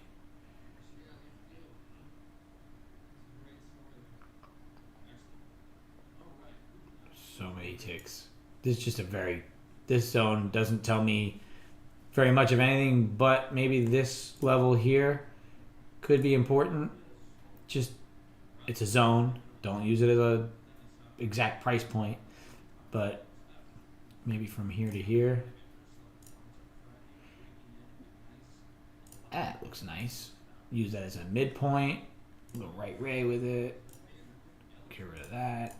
So now I have a little bit of it's like a midpoint to this choppy shit that happened over here. Maybe that'll help us out looking for a target to the downside and beyond.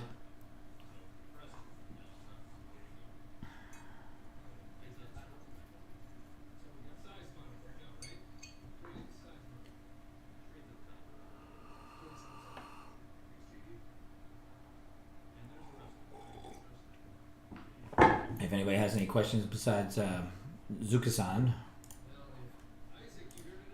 it's cool.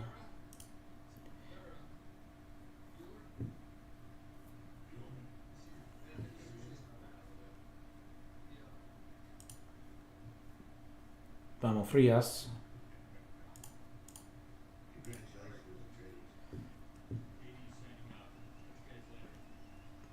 Didn't quite get all the way down into that little liquidity zone there that I thought, but we did get into this choppiness, so there are orders there, could be buys in there. Look and see what happens when price pushes back up. Really, you're just using all the information, gathering data to find a point in price where you feel that you're limiting your risk, and then whatever profit you make from there, you make from that point.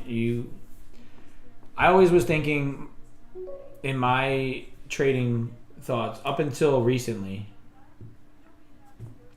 more about me. All right, well, I'm a level-to-level person as far as trading is concerned. I draw up liquidity zones. I look for breakouts.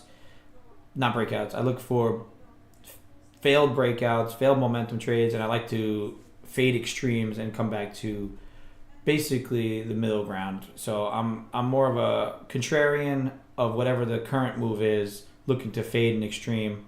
A lot of times I want to try and get like a rotation from low to high, or I want to get if I'm getting a breakdown and I think that price is only going to come back to VWAP. I try to catch it back to VWAP. I don't use VWAP as entry criteria. Just use it as a target most of the time. I'm just going to go real quick into the idea of when I started to turn my trading around a little bit better. It's never perfect, but instead of looking for where I can make my most profit, I'm looking for my entries to be where I can limit my risk the most. So if you can manage your money to a point where you're at, let's say if we get down to here, this zone right now, and I get a flush of the zone and I get a retracement, where can my entry be where my risk is minimized? And then from there, whatever profit I make on top, I'm not looking at it as a 2-to-1 or a 3-to-1 or a 10-to-1. I'm looking to say, here's my one bit of risk. Is the potential for this trade to play out in a big way there or not? And then I'll execute off of that.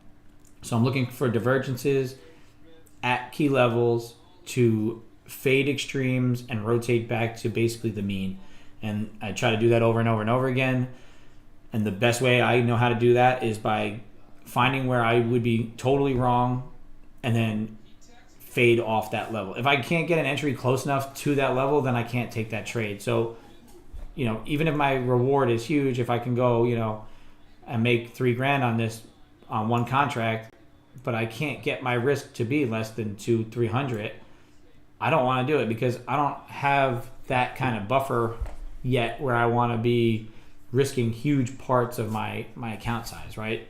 So I'm looking to find where I'm wrong first, then structure my trade based on that, right? Like here, where I got in, I knew that I was going to be wrong if price broke out above this yellow box here, this liquidity zone that I found from the overnight session to be useful, right?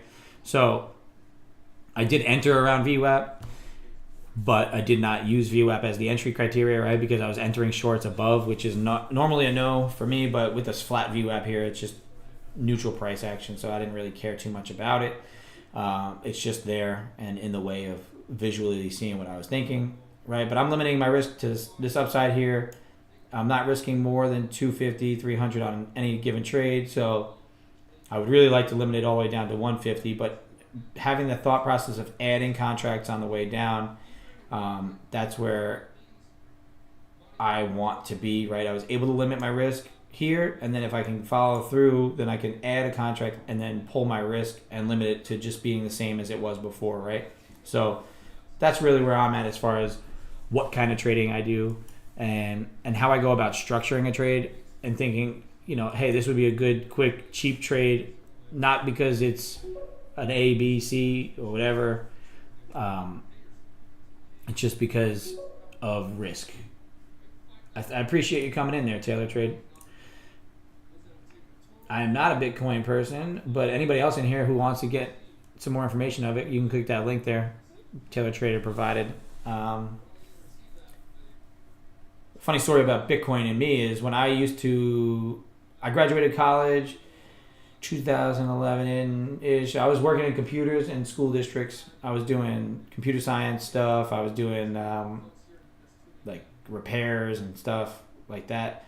And me and the guy that I worked with, another young guy as well. So price action is actually getting pretty whippy down here and manipulative. So if we don't get any follow through here down to the downside, you might look to take that cheap reversion back to the upside. Let's see, just real quick. I'm going to cut my Bitcoin story off real quick. Microsoft did bounce pretty good. Nvidia is pushing to the downside, but we did get that big strong rally candle up to the upside. So if you break out above that, then we could possibly get back to that 600 level. Is Apple still holding us up?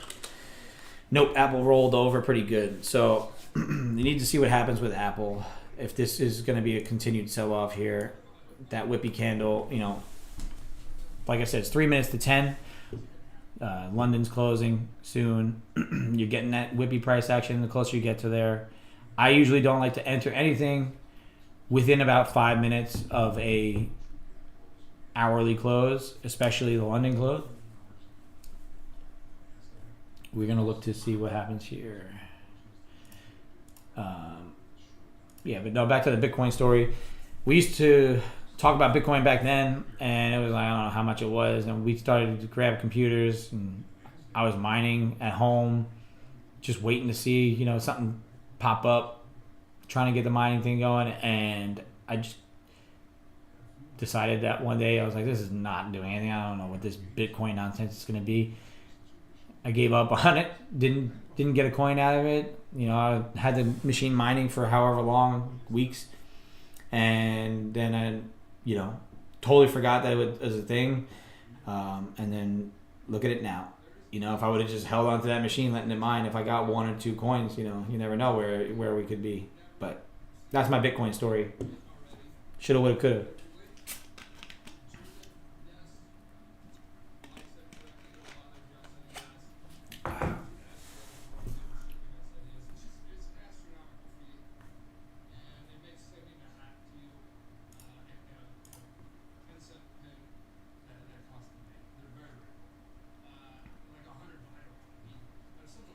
I might want to look to take this thing long from this, but I don't like how Apple's dragging down.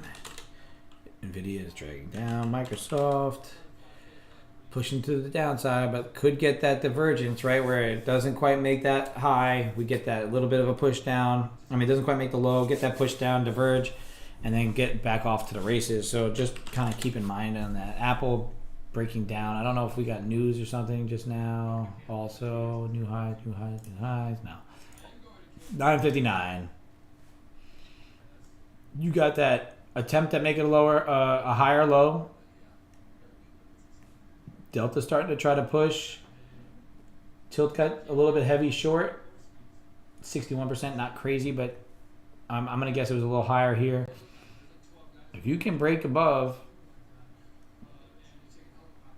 that close, 462, you're limiting your risk to downside a little bit. Not great.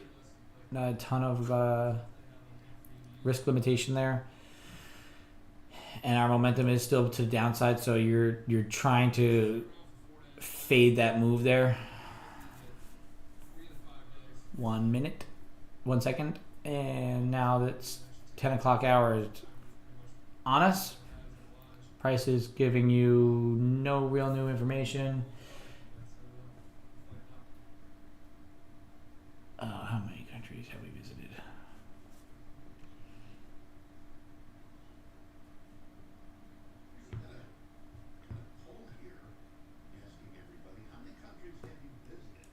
I think I'm in that 2 to 5 range.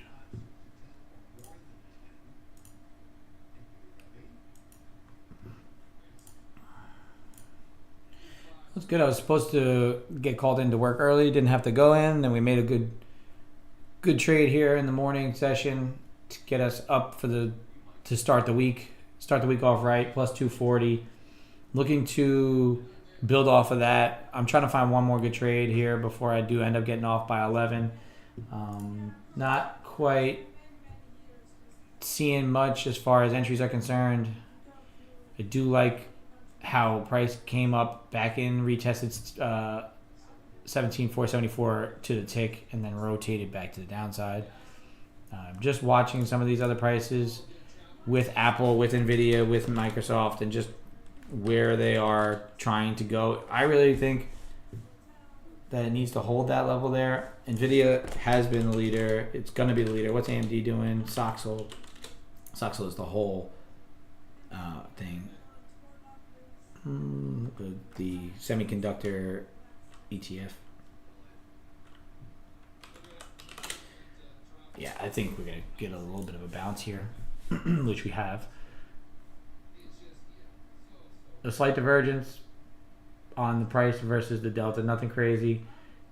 You do have the 10 o'clock hour coming into that key area down here at 426.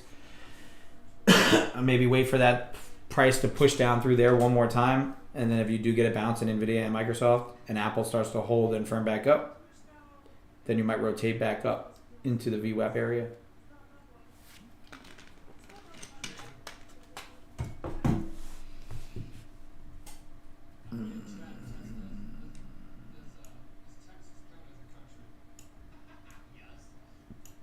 I would like to be wrong at 426. That's really, it would be beautiful if this could flushed 426 exactly in the same manner that it's looking right here, that's where I would like to get long to fade that extreme there. However, we might not get there because this is, like I said, I just found this zone. I created this zone. You saw me draw it up if you were on here. Really purely based on some price action breakout stuff that happened prior. You know, this was from Sunday night, Friday night into Sunday night.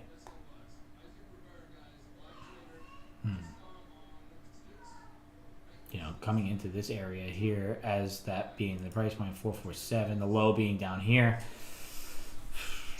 and then the ignition candle here. This was the Sunday night open. I'm sorry. So this is all Friday end of day price action. That price there is pretty important. So we're looking at those levels.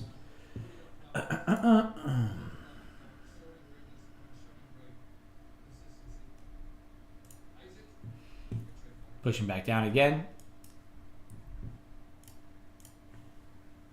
NVIDIA gave you a little bit of a wicking tail there above price.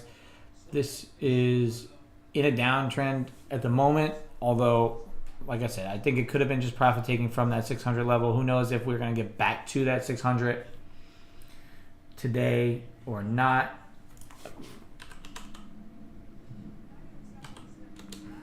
Softies pushing back down again.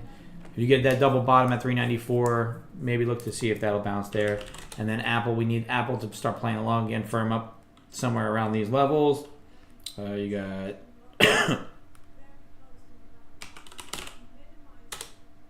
Google looking to try and hold these levels. Needs to firm up as well. Nothing doing for me. I need all of this price action here, this bounce hold to happen down at this level for me to consider thinking about taking that risk. Unless you get like one of those wiki flush, like tick this 430 level here and then rotate back, because then I could risk to that tick and rotate to the VWAP for the long. This not to me. I don't need this anymore. I don't want that, but I do like this one here where price is holding these levels.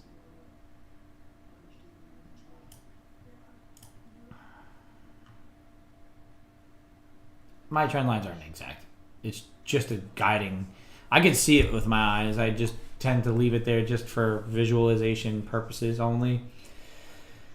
This is creating its own little liquidity zone here in this little area there. You can tell by that wick if that was a grab of all that liquidity to try and take you to the upside, but also it faked people out, and then that rotated back down, cleared that low. So we are still kind of pushing to the downside. We got S&Ps. S&Ps wick down below 48.78 and into 48.75, and now it's rotating a little bit back to the upside. 30-minute NASDAQ, you did get that breakdown of that level here. Breakdown, push down to where we're at now, and now we're looking to bounce some. I don't think we're going to get a full rotation back to the bottom. This was such strong buying, but I also don't know what's going to happen around here. Nobody knows what's going to happen, so we're kind of just in this limbo area.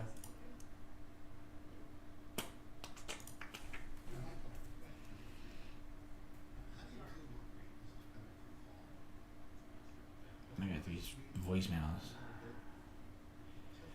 All right, let's see what happens right here. I'm gonna give it a few minutes to see if it'll push down to 17.426 and see what happens there. I need to take this call real quick, and I'll be right back. Give me five. Take.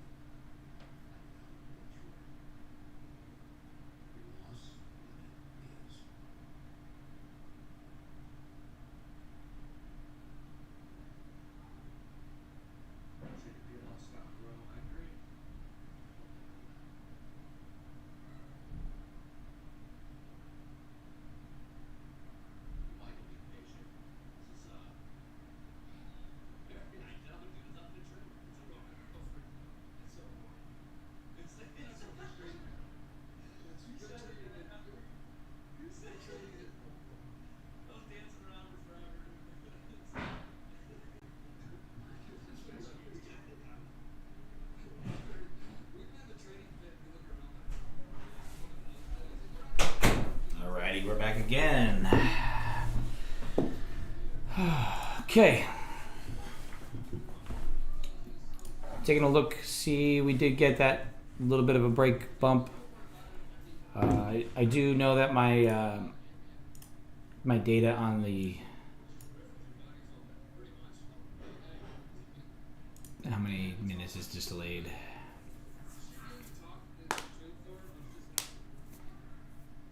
Yeah, no, it's not that delayed. It's fine. You're getting the bounce. Are you going to keep that bounce in Microsoft, and are you going to keep that in Apple? Looks like it. We're firming up here.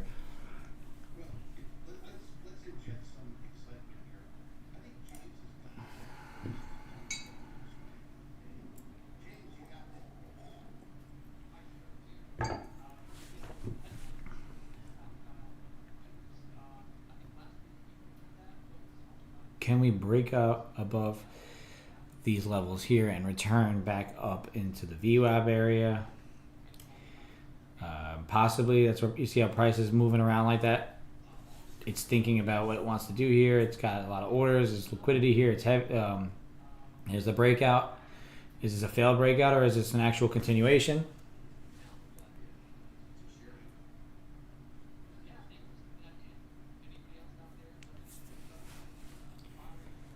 Long or short?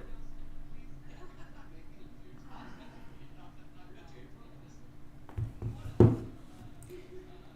think this does have room to the upside now with NVIDIA and Microsoft and Apple all kind of playing along a bit better. I think you're going to be all right long for sure. Yeah.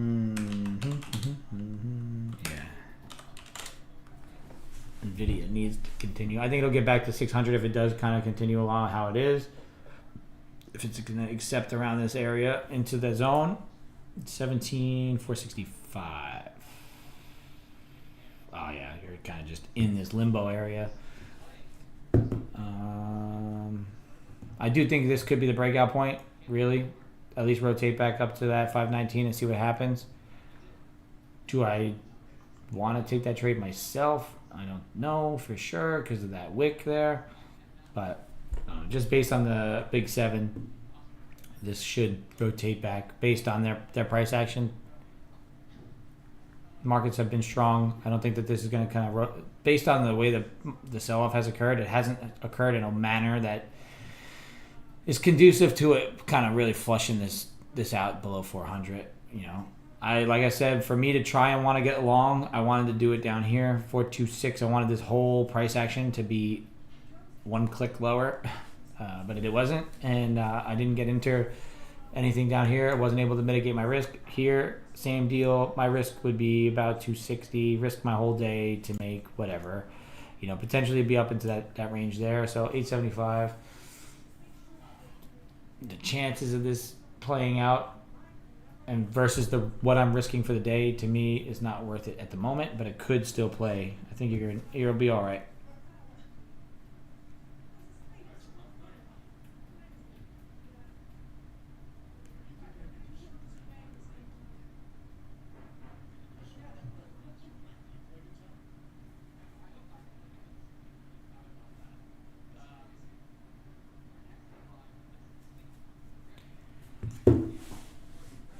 I don't have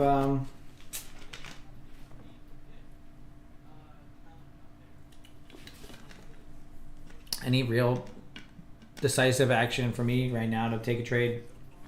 I like to be done as quick as possible, so being up 240 on just I'll call it 3 executions, one loss, 1 break even, and 1 full decent winner there.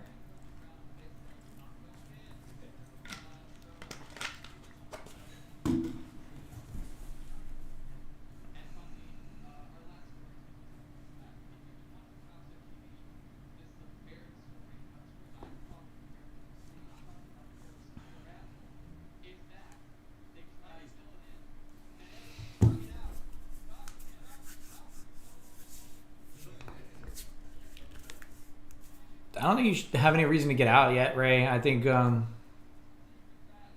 if you're just thinking purely P&L, then yeah, sure, like just to take it out and walk away green. But your trade realistically should still be valid if you're in it and you're not taking any much heat on it. You're actually in the green and the price is moving in your direction.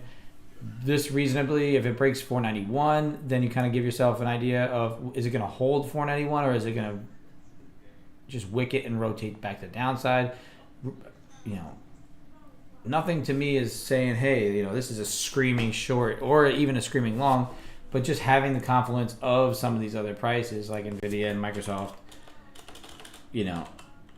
helping you out. Microsoft kind of running into a wall, and so is Nvidia.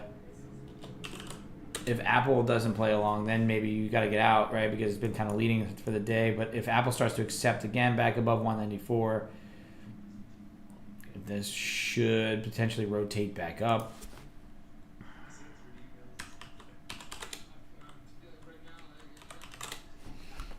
Nvidia is trying to help you out, so I don't see it. I think you hold it for a bit longer. See what happens in 91. If it doesn't get to 91 and then it rotates back down and you're out at 65, you just take a break even on it or just like a small loss, then that's cool. You're not up a ton, but you do have potential for it to rotate back to the upside. Especially the S&Ps are kind of rejecting that bottom end, and the 30-minute is pushing up a bit stronger.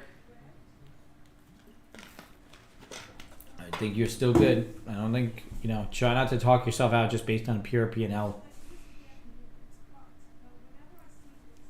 I managed this trade based sort of on P&L only because of I had multiple contracts on. So I had 2 contracts on here. Yeah, free trade. If it's a free trade, let it run. You're going to be mad at yourself no matter what. If you why didn't I leave both on? Why didn't I leave one on? Why didn't I take both off? There's always shoulda, woulda, couldas. But as long as you have a plan, manage it. If you're going to enter, shed at 1-to-1, leave a stop at break even. What can you do? The market's not going to do the same thing every single time. It's going to get you out. It's going to get you in. So just keep executing. Keep doing what you're doing. I think you're going to be fine. I think it's just a matter of, price action does what it wants to do.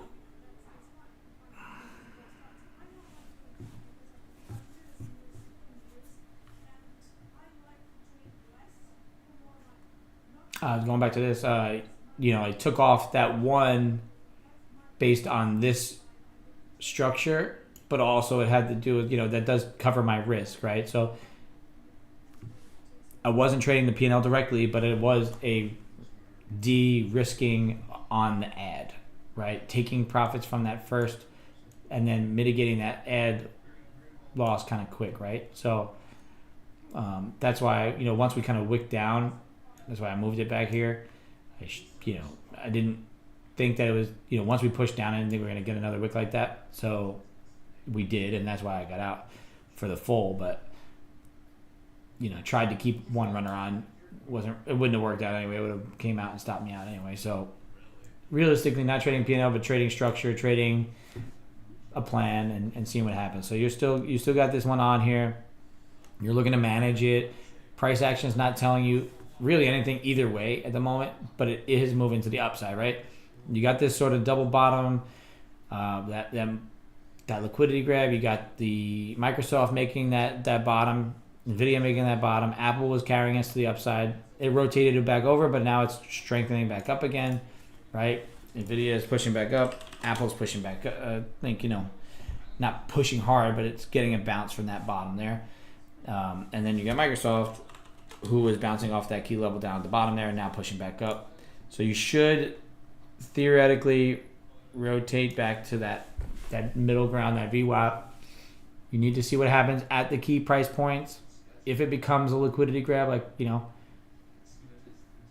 1, 2, 3, 4, 5 times there, and then it flushed through it, now on the way back up, is it going to do the same thing around this level here? That 500 level, key psychological level in the sand, there was these wicks here, there was liquidity here. Will it act the same way on the bottom half? That's what you have to talk yourself through the trade. If you have another theory behind why your trade's going to do X, Y, and Z, then talk through what you're thinking, and that's going to help keep you in, or decide, hey, the factors are starting to lean towards this possibly is a short, But right now I see it. It still looks long to me.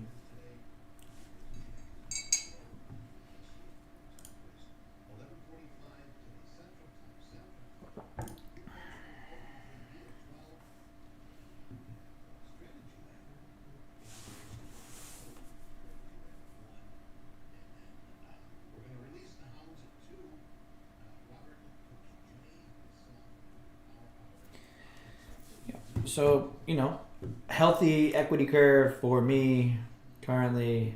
This is how, if you're not involved in futures or a prop firm at all, this is what your dashboard will look like if you do decide to do it. That's your equity curve, right? Once you're funded, you start at $0. Everything here, everything above here is profits. This is your drawdown. Your drawdown follows you up until you get to this floor here. So once you're $3,000, well, actually, this is your drawdown here. Sorry. This is your daily loss limit. This is your drawdown, full total drawdown. That'll follow you all the way till you get to this floor, and then it'll stop following you, right? So we're looking to steadily grow this, slow and steady. Right now we're up in this range above 1,000. We're at basically 1,100. So after today, we're going to be up here. We're looking to get this slowly going to the upside, limiting our downside here. My one losing day was probably could have mitigated a little bit better. Maybe it even had, a winning day that day, and we would be another $300 positive. But can't say shoulda, woulda, coulda. This is just kind of how that goes.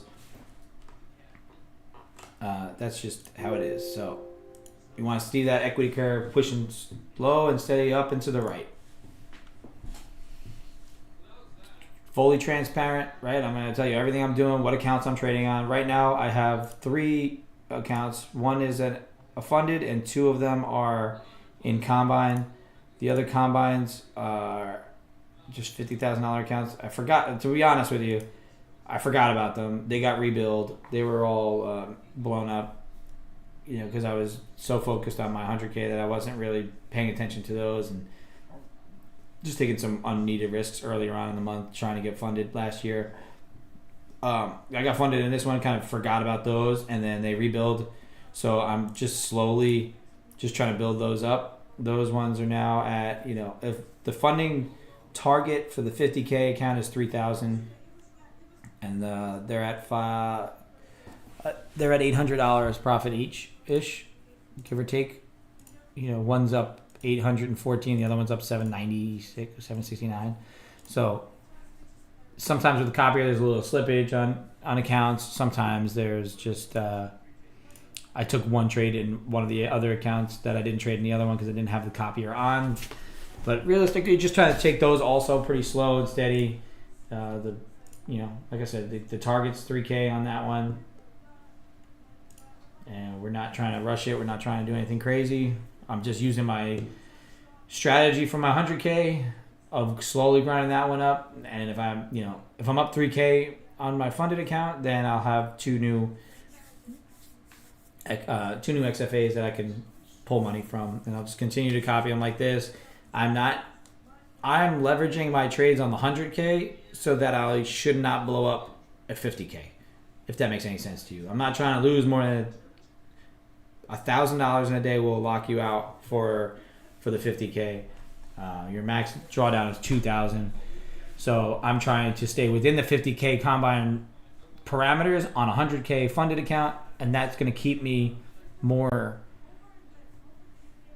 risk averse until I can build up my buffer. And then as I build up that buffer, you're up 3, 4, 5, 6,000, then you can start to risk, 2, 3 contracts instead of just, on every trade, instead of just starting with one and working the ads here and there. But right now it's working, so I'm not going to be mad about it. I will take the small, steady wins. Like I said last week, I was green all 3 days that I traded. It doesn't matter how big they are. I was up 600 for the week pretty much.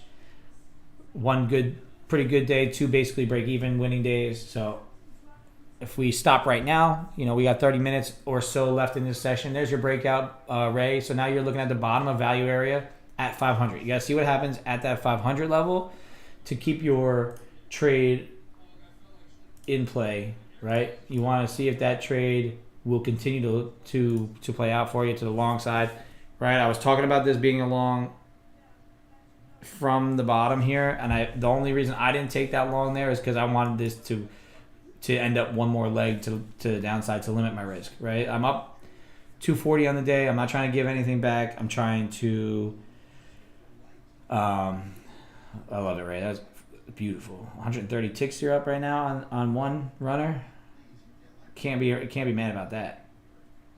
Like I said, I think the target was VWAP from that bottom. We were talking that out beforehand with the bounce of Microsoft from that zone there, leading us up, and then Nvidia also just trying to keep up, trying to get back to 600, which it is just 90 cents away now, about $1 away, and then Apple was on that pullback, now starting to break back up, and it was the leader on the day. So you should be carried by some of these stronger names. Amazon is beaten down; it's still kind of rolling. It's not really strong; it's not doing much, and Google also. Google also looking to make that be the bottom here.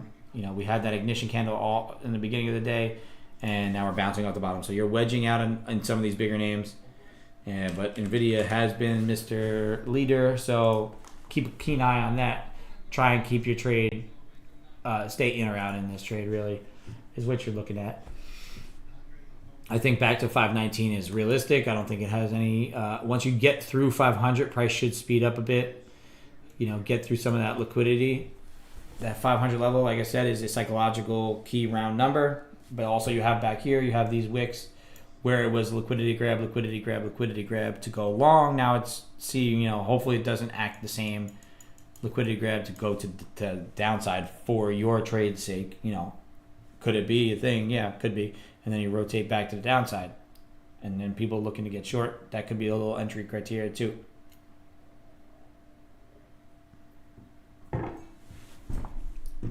Like, you're up 130 ticks. How much do you plan on milking out of this on the runner?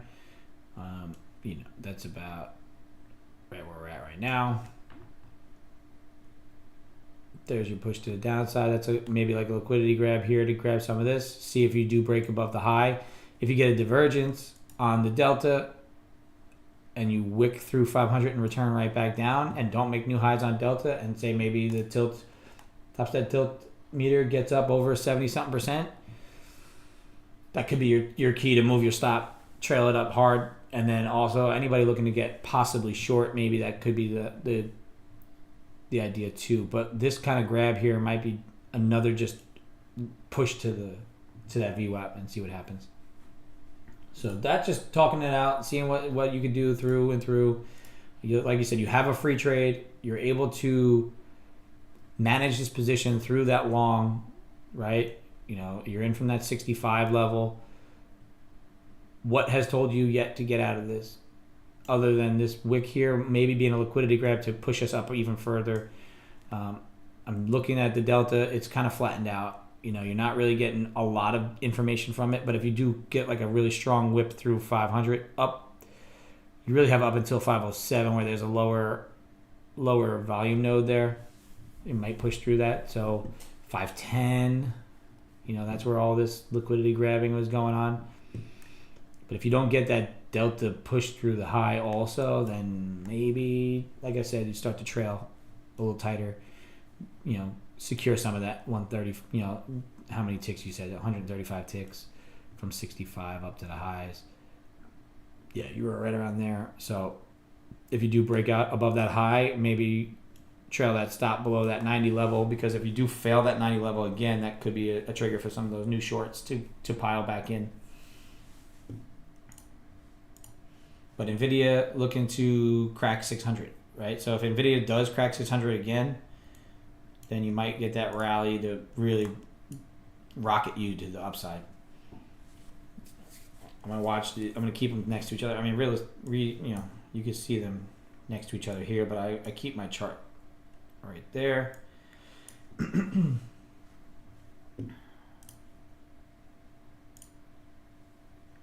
Not sure how well you can see it on my screen. Just trying to give you a better idea of what's going on. So, want to see what happens at 500?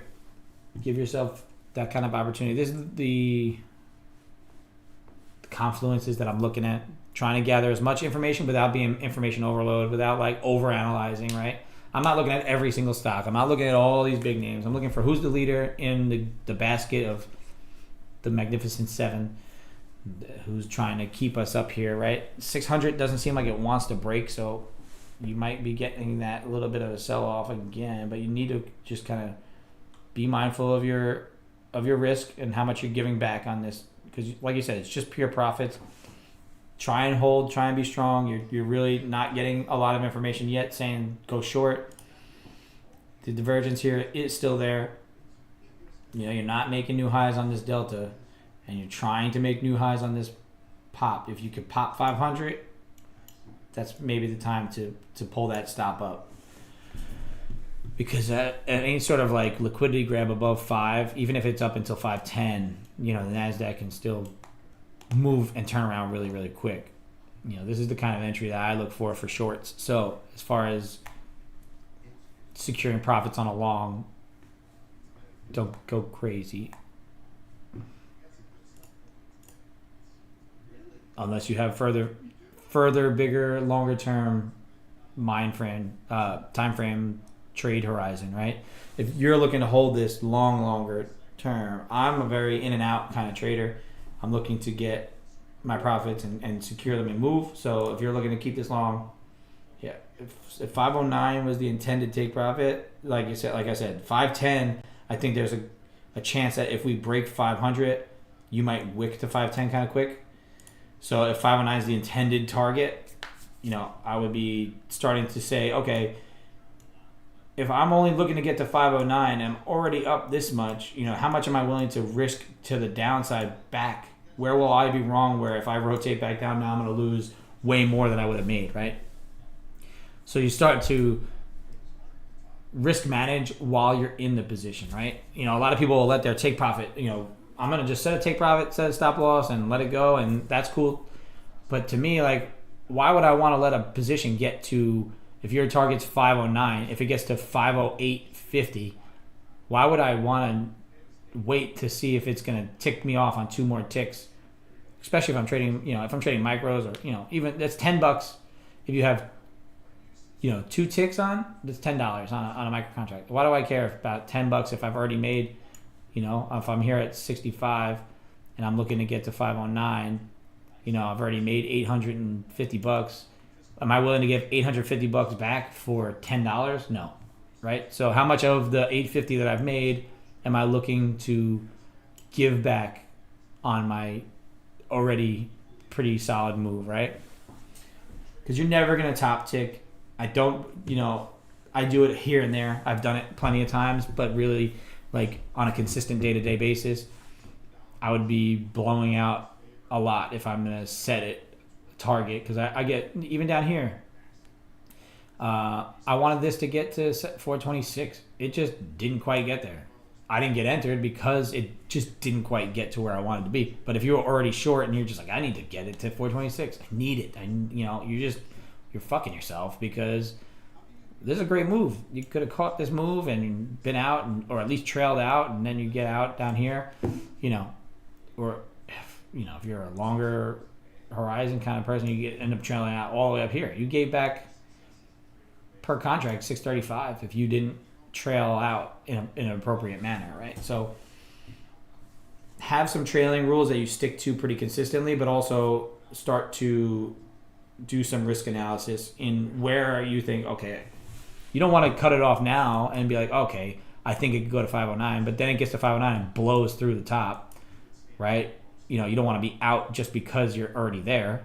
You're limiting your upside, but also at the same time, you don't want to not have it get there and then you give it all back, right? So it's a constant risk to reward, more so risk than it is like potential reward, because the potential reward on this is unlimited, right? It could go all the way till forever.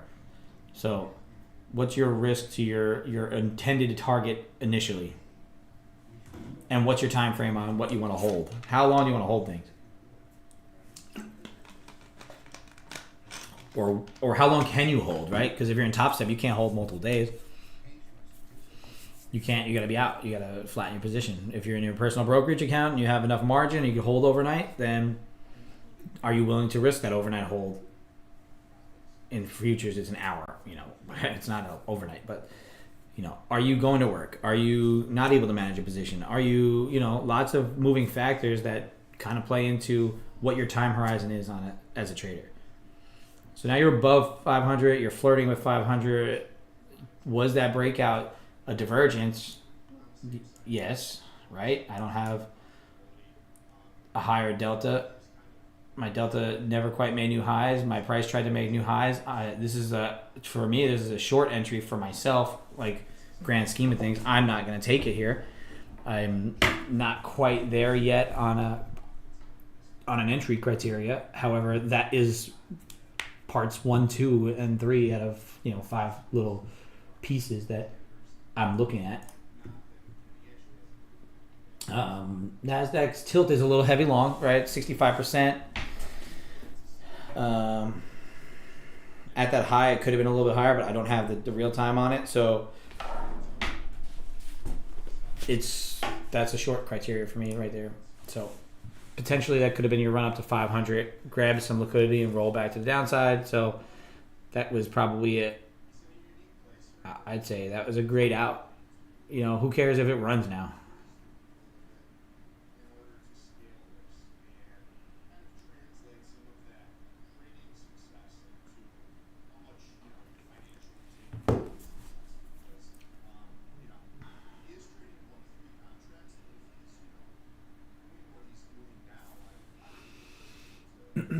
Well managed. I think it was a well managed trade, Ray. That was good. I think everything that you had a process, you had reasons, you did what you needed to do, you had your setup.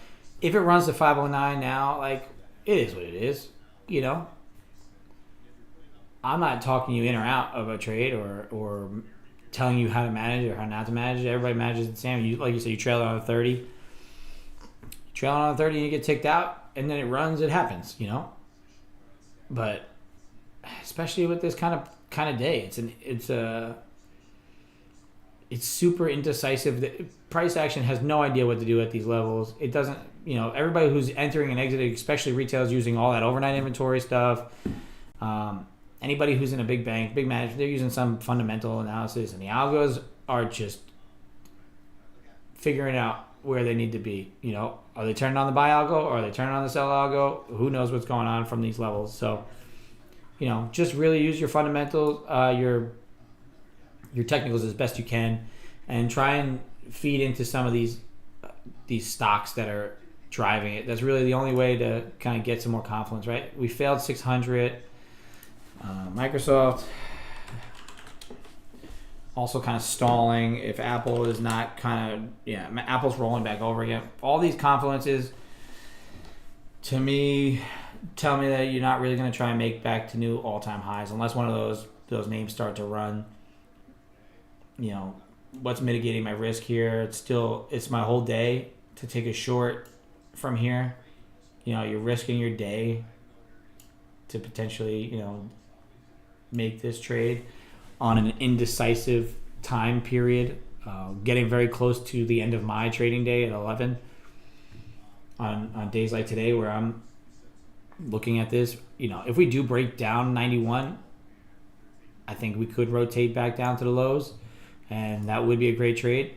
And some other days I might have taken that, but starting off the week in these all-time high levels, it's hard to be convinced on anything either way, especially at this point of the day.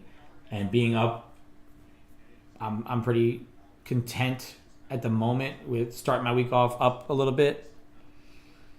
I could, like I said, I probably was looking to enter that there, and that you saw that price speed up. Is that a liquidity grab, or is that going to continue down now? Let's see what happens with this price moving now the way it is. Just like, I talked you through exactly what I was looking at. I'm looking at that. I'm looking at NVIDIA.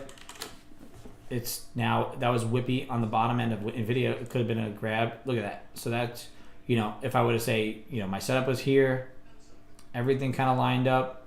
You get the breakdown, quick flush. It moved in your direction pretty quick, but then you're not rotating back to the upside.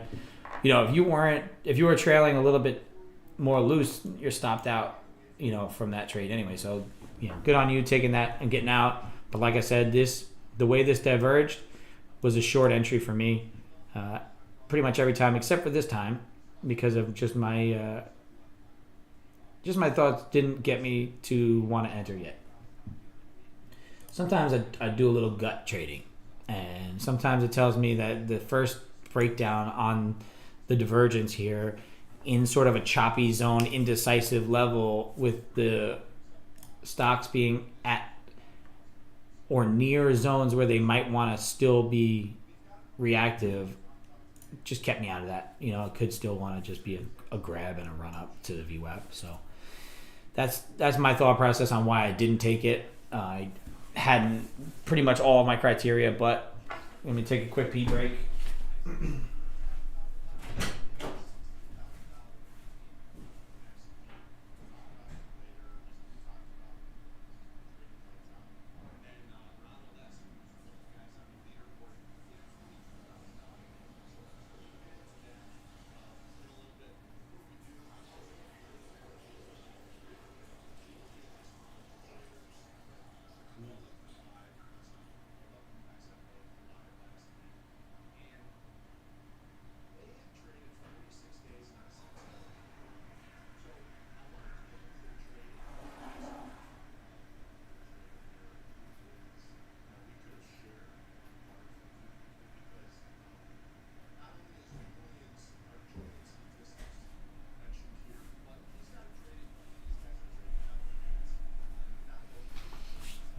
Yep, still just playing with that level, right? So at least my levels are now, starting to develop themselves. I know for the, using today as a guide for the rest of the week is going to be really big for me. I don't want, like I said, I took my trades, I got myself to a point where I'm kind of content with the amount that I've made on the day as far as my risk is concerned on a Monday, where we've made all-time highs on Friday. We're kind of still not sure what we want to do as far as price action is concerned.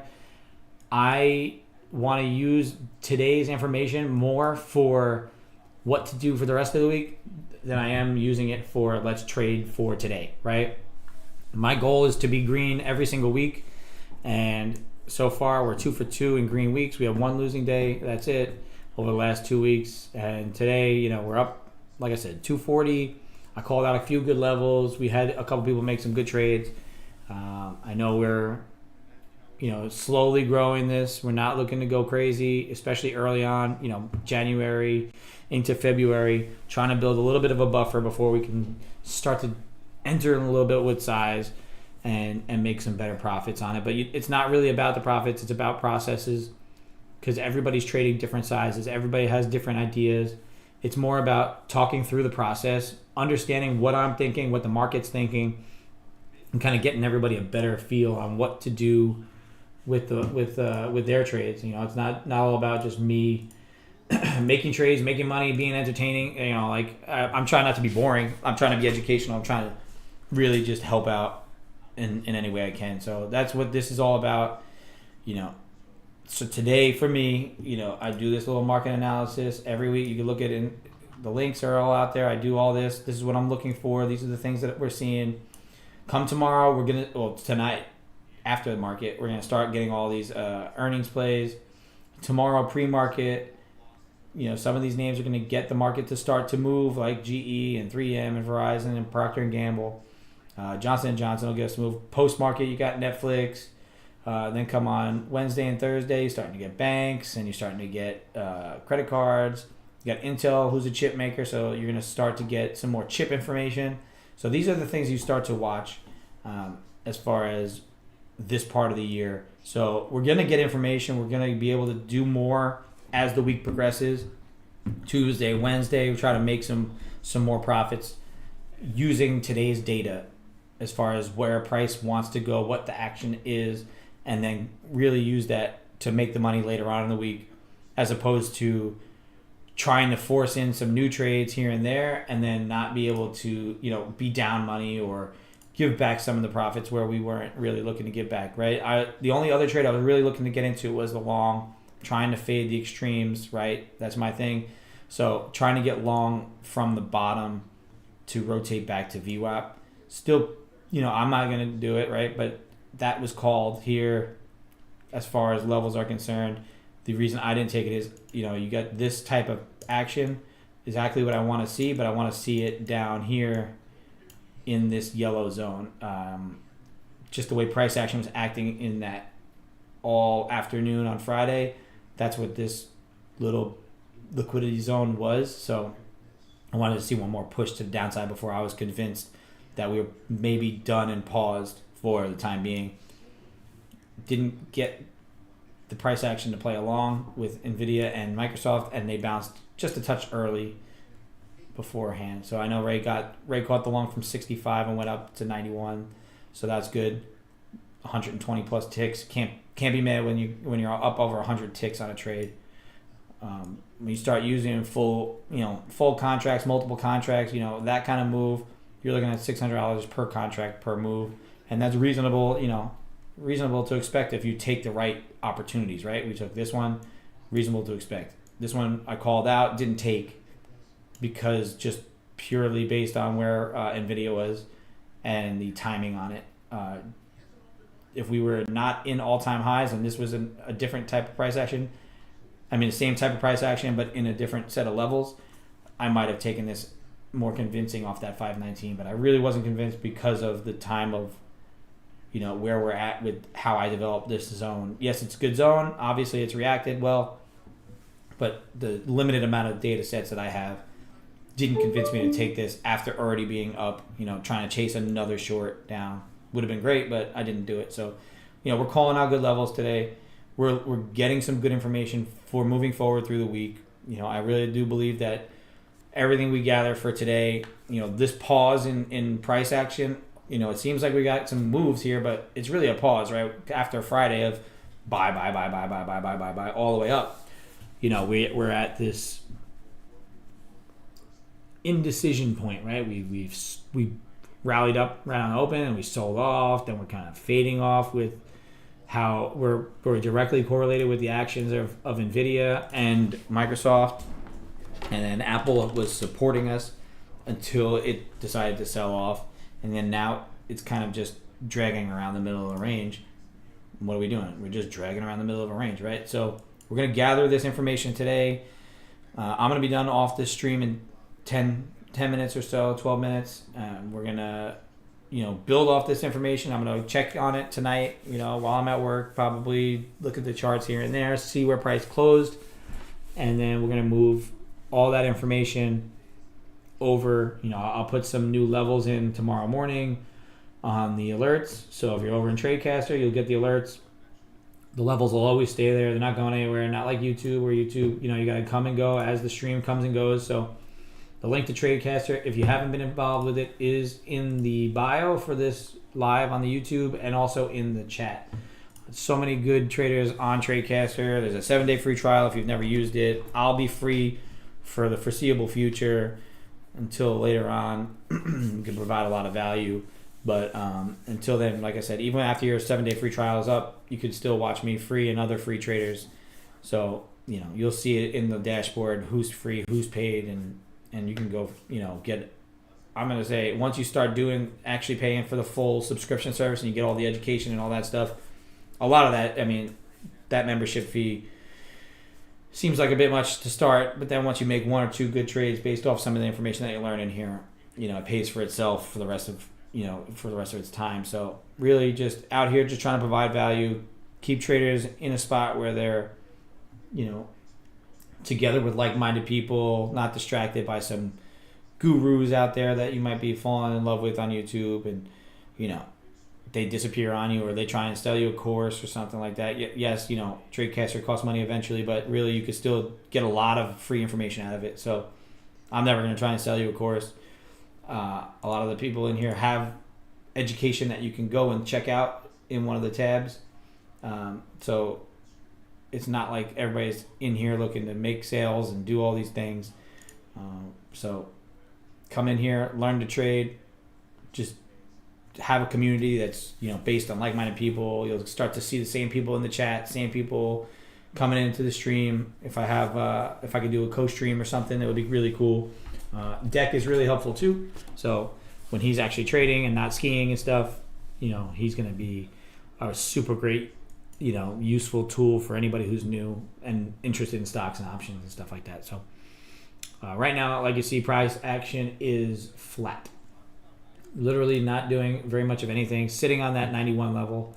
It has been, the more that you get like something like this, you're probably going to grind up a little bit more into that VWAP area. If you roll over, don't be surprised either. So moving into the close of the stream, like I said, nine more minutes or so.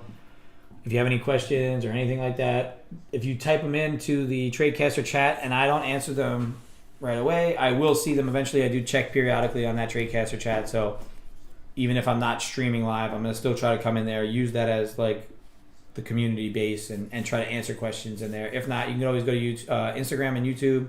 You can message me on Instagram at Policing Pips. All my names are the same: YouTube, Instagram, TradeCaster.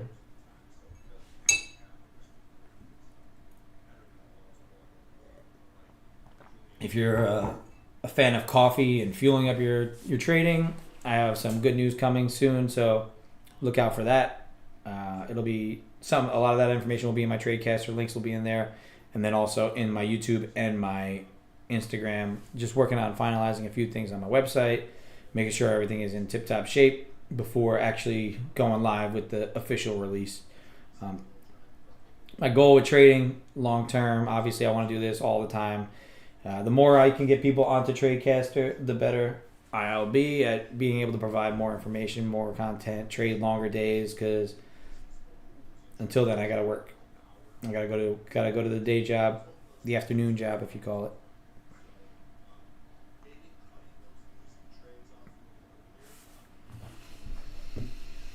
Tell your friends, tell your wife, tell your kids if they want to learn how to trade and do it in a way that's.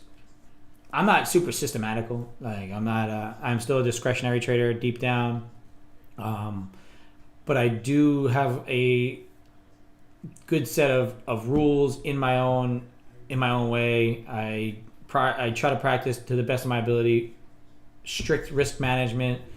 I try to understand the markets in a way that's a little bit more than just ticks on a chart or candlesticks. So if you find any value in that, let me know. If you want me to go over anything that's more specific, I need to re-up with Top Step and get level 2s in that platform, because I had it in my my personal brokerage, but I stopped paying for it because I wasn't using. I was distracted trying to trade 2, 3, 4 accounts at a time and really just limiting my focus. So if I can get my level 2s on here, then I can start to go a little bit more in depth into what kind of data is offered in here, and you can definitely make decisions based off of set resting orders, and you can see price action speed up and stuff. You can see it here, but you're not really seeing the order flow as much as you would if you had that level 2 data that was live and active.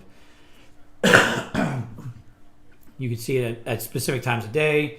You can see it in a news event. You can see it just random orders, being placed and whatnot. So just having all that extra information, I will definitely start to give that out to you.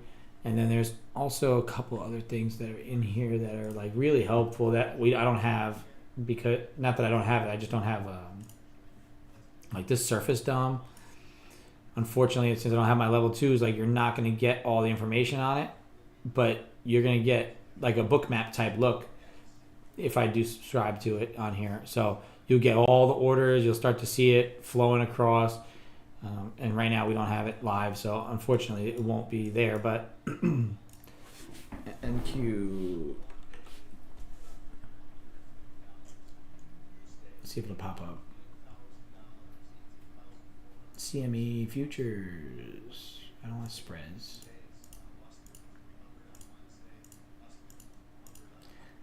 Let's see, NQH4.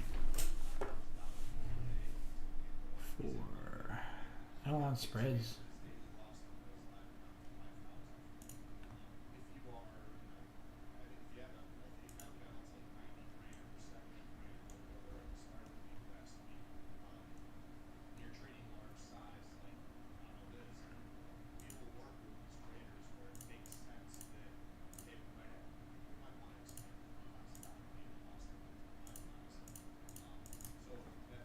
Well, at least this will give you some information. So you start to see order flow in here. When it's actually a level 2 and I can see depth of market a little bit better, you'll start to get more within these levels. So you can start to visualize order size based on coloring, on the size of these circles, and you can really get a feel of where some of these orders are resting as opposed to just seeing it on as a price here. So it's like a heat map type deal. That's why I have it here. It's a DOM surface that comes with the the quant tower. I really do like to use this here and there.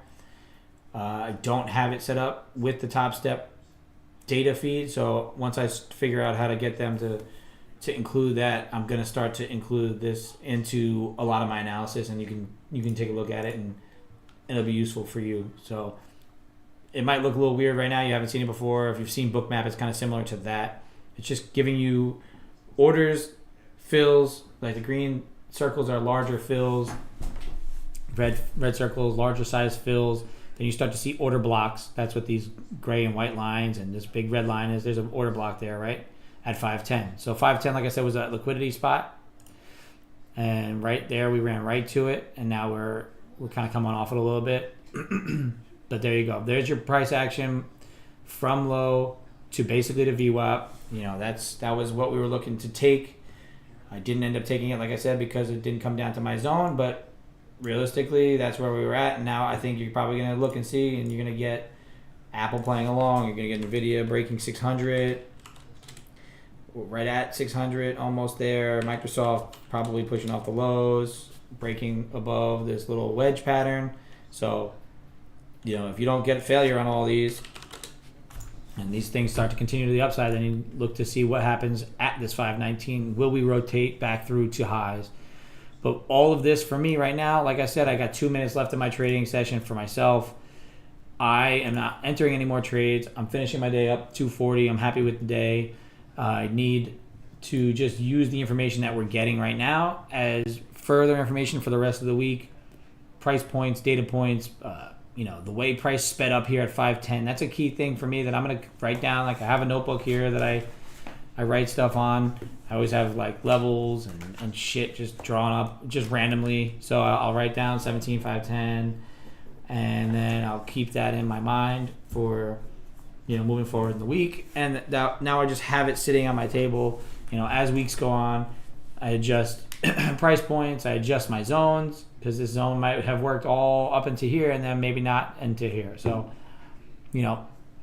tonight I get home from work. I might come over here. I might draw up some zones, fix them up. If not, I come in the morning before I drop my son off at school.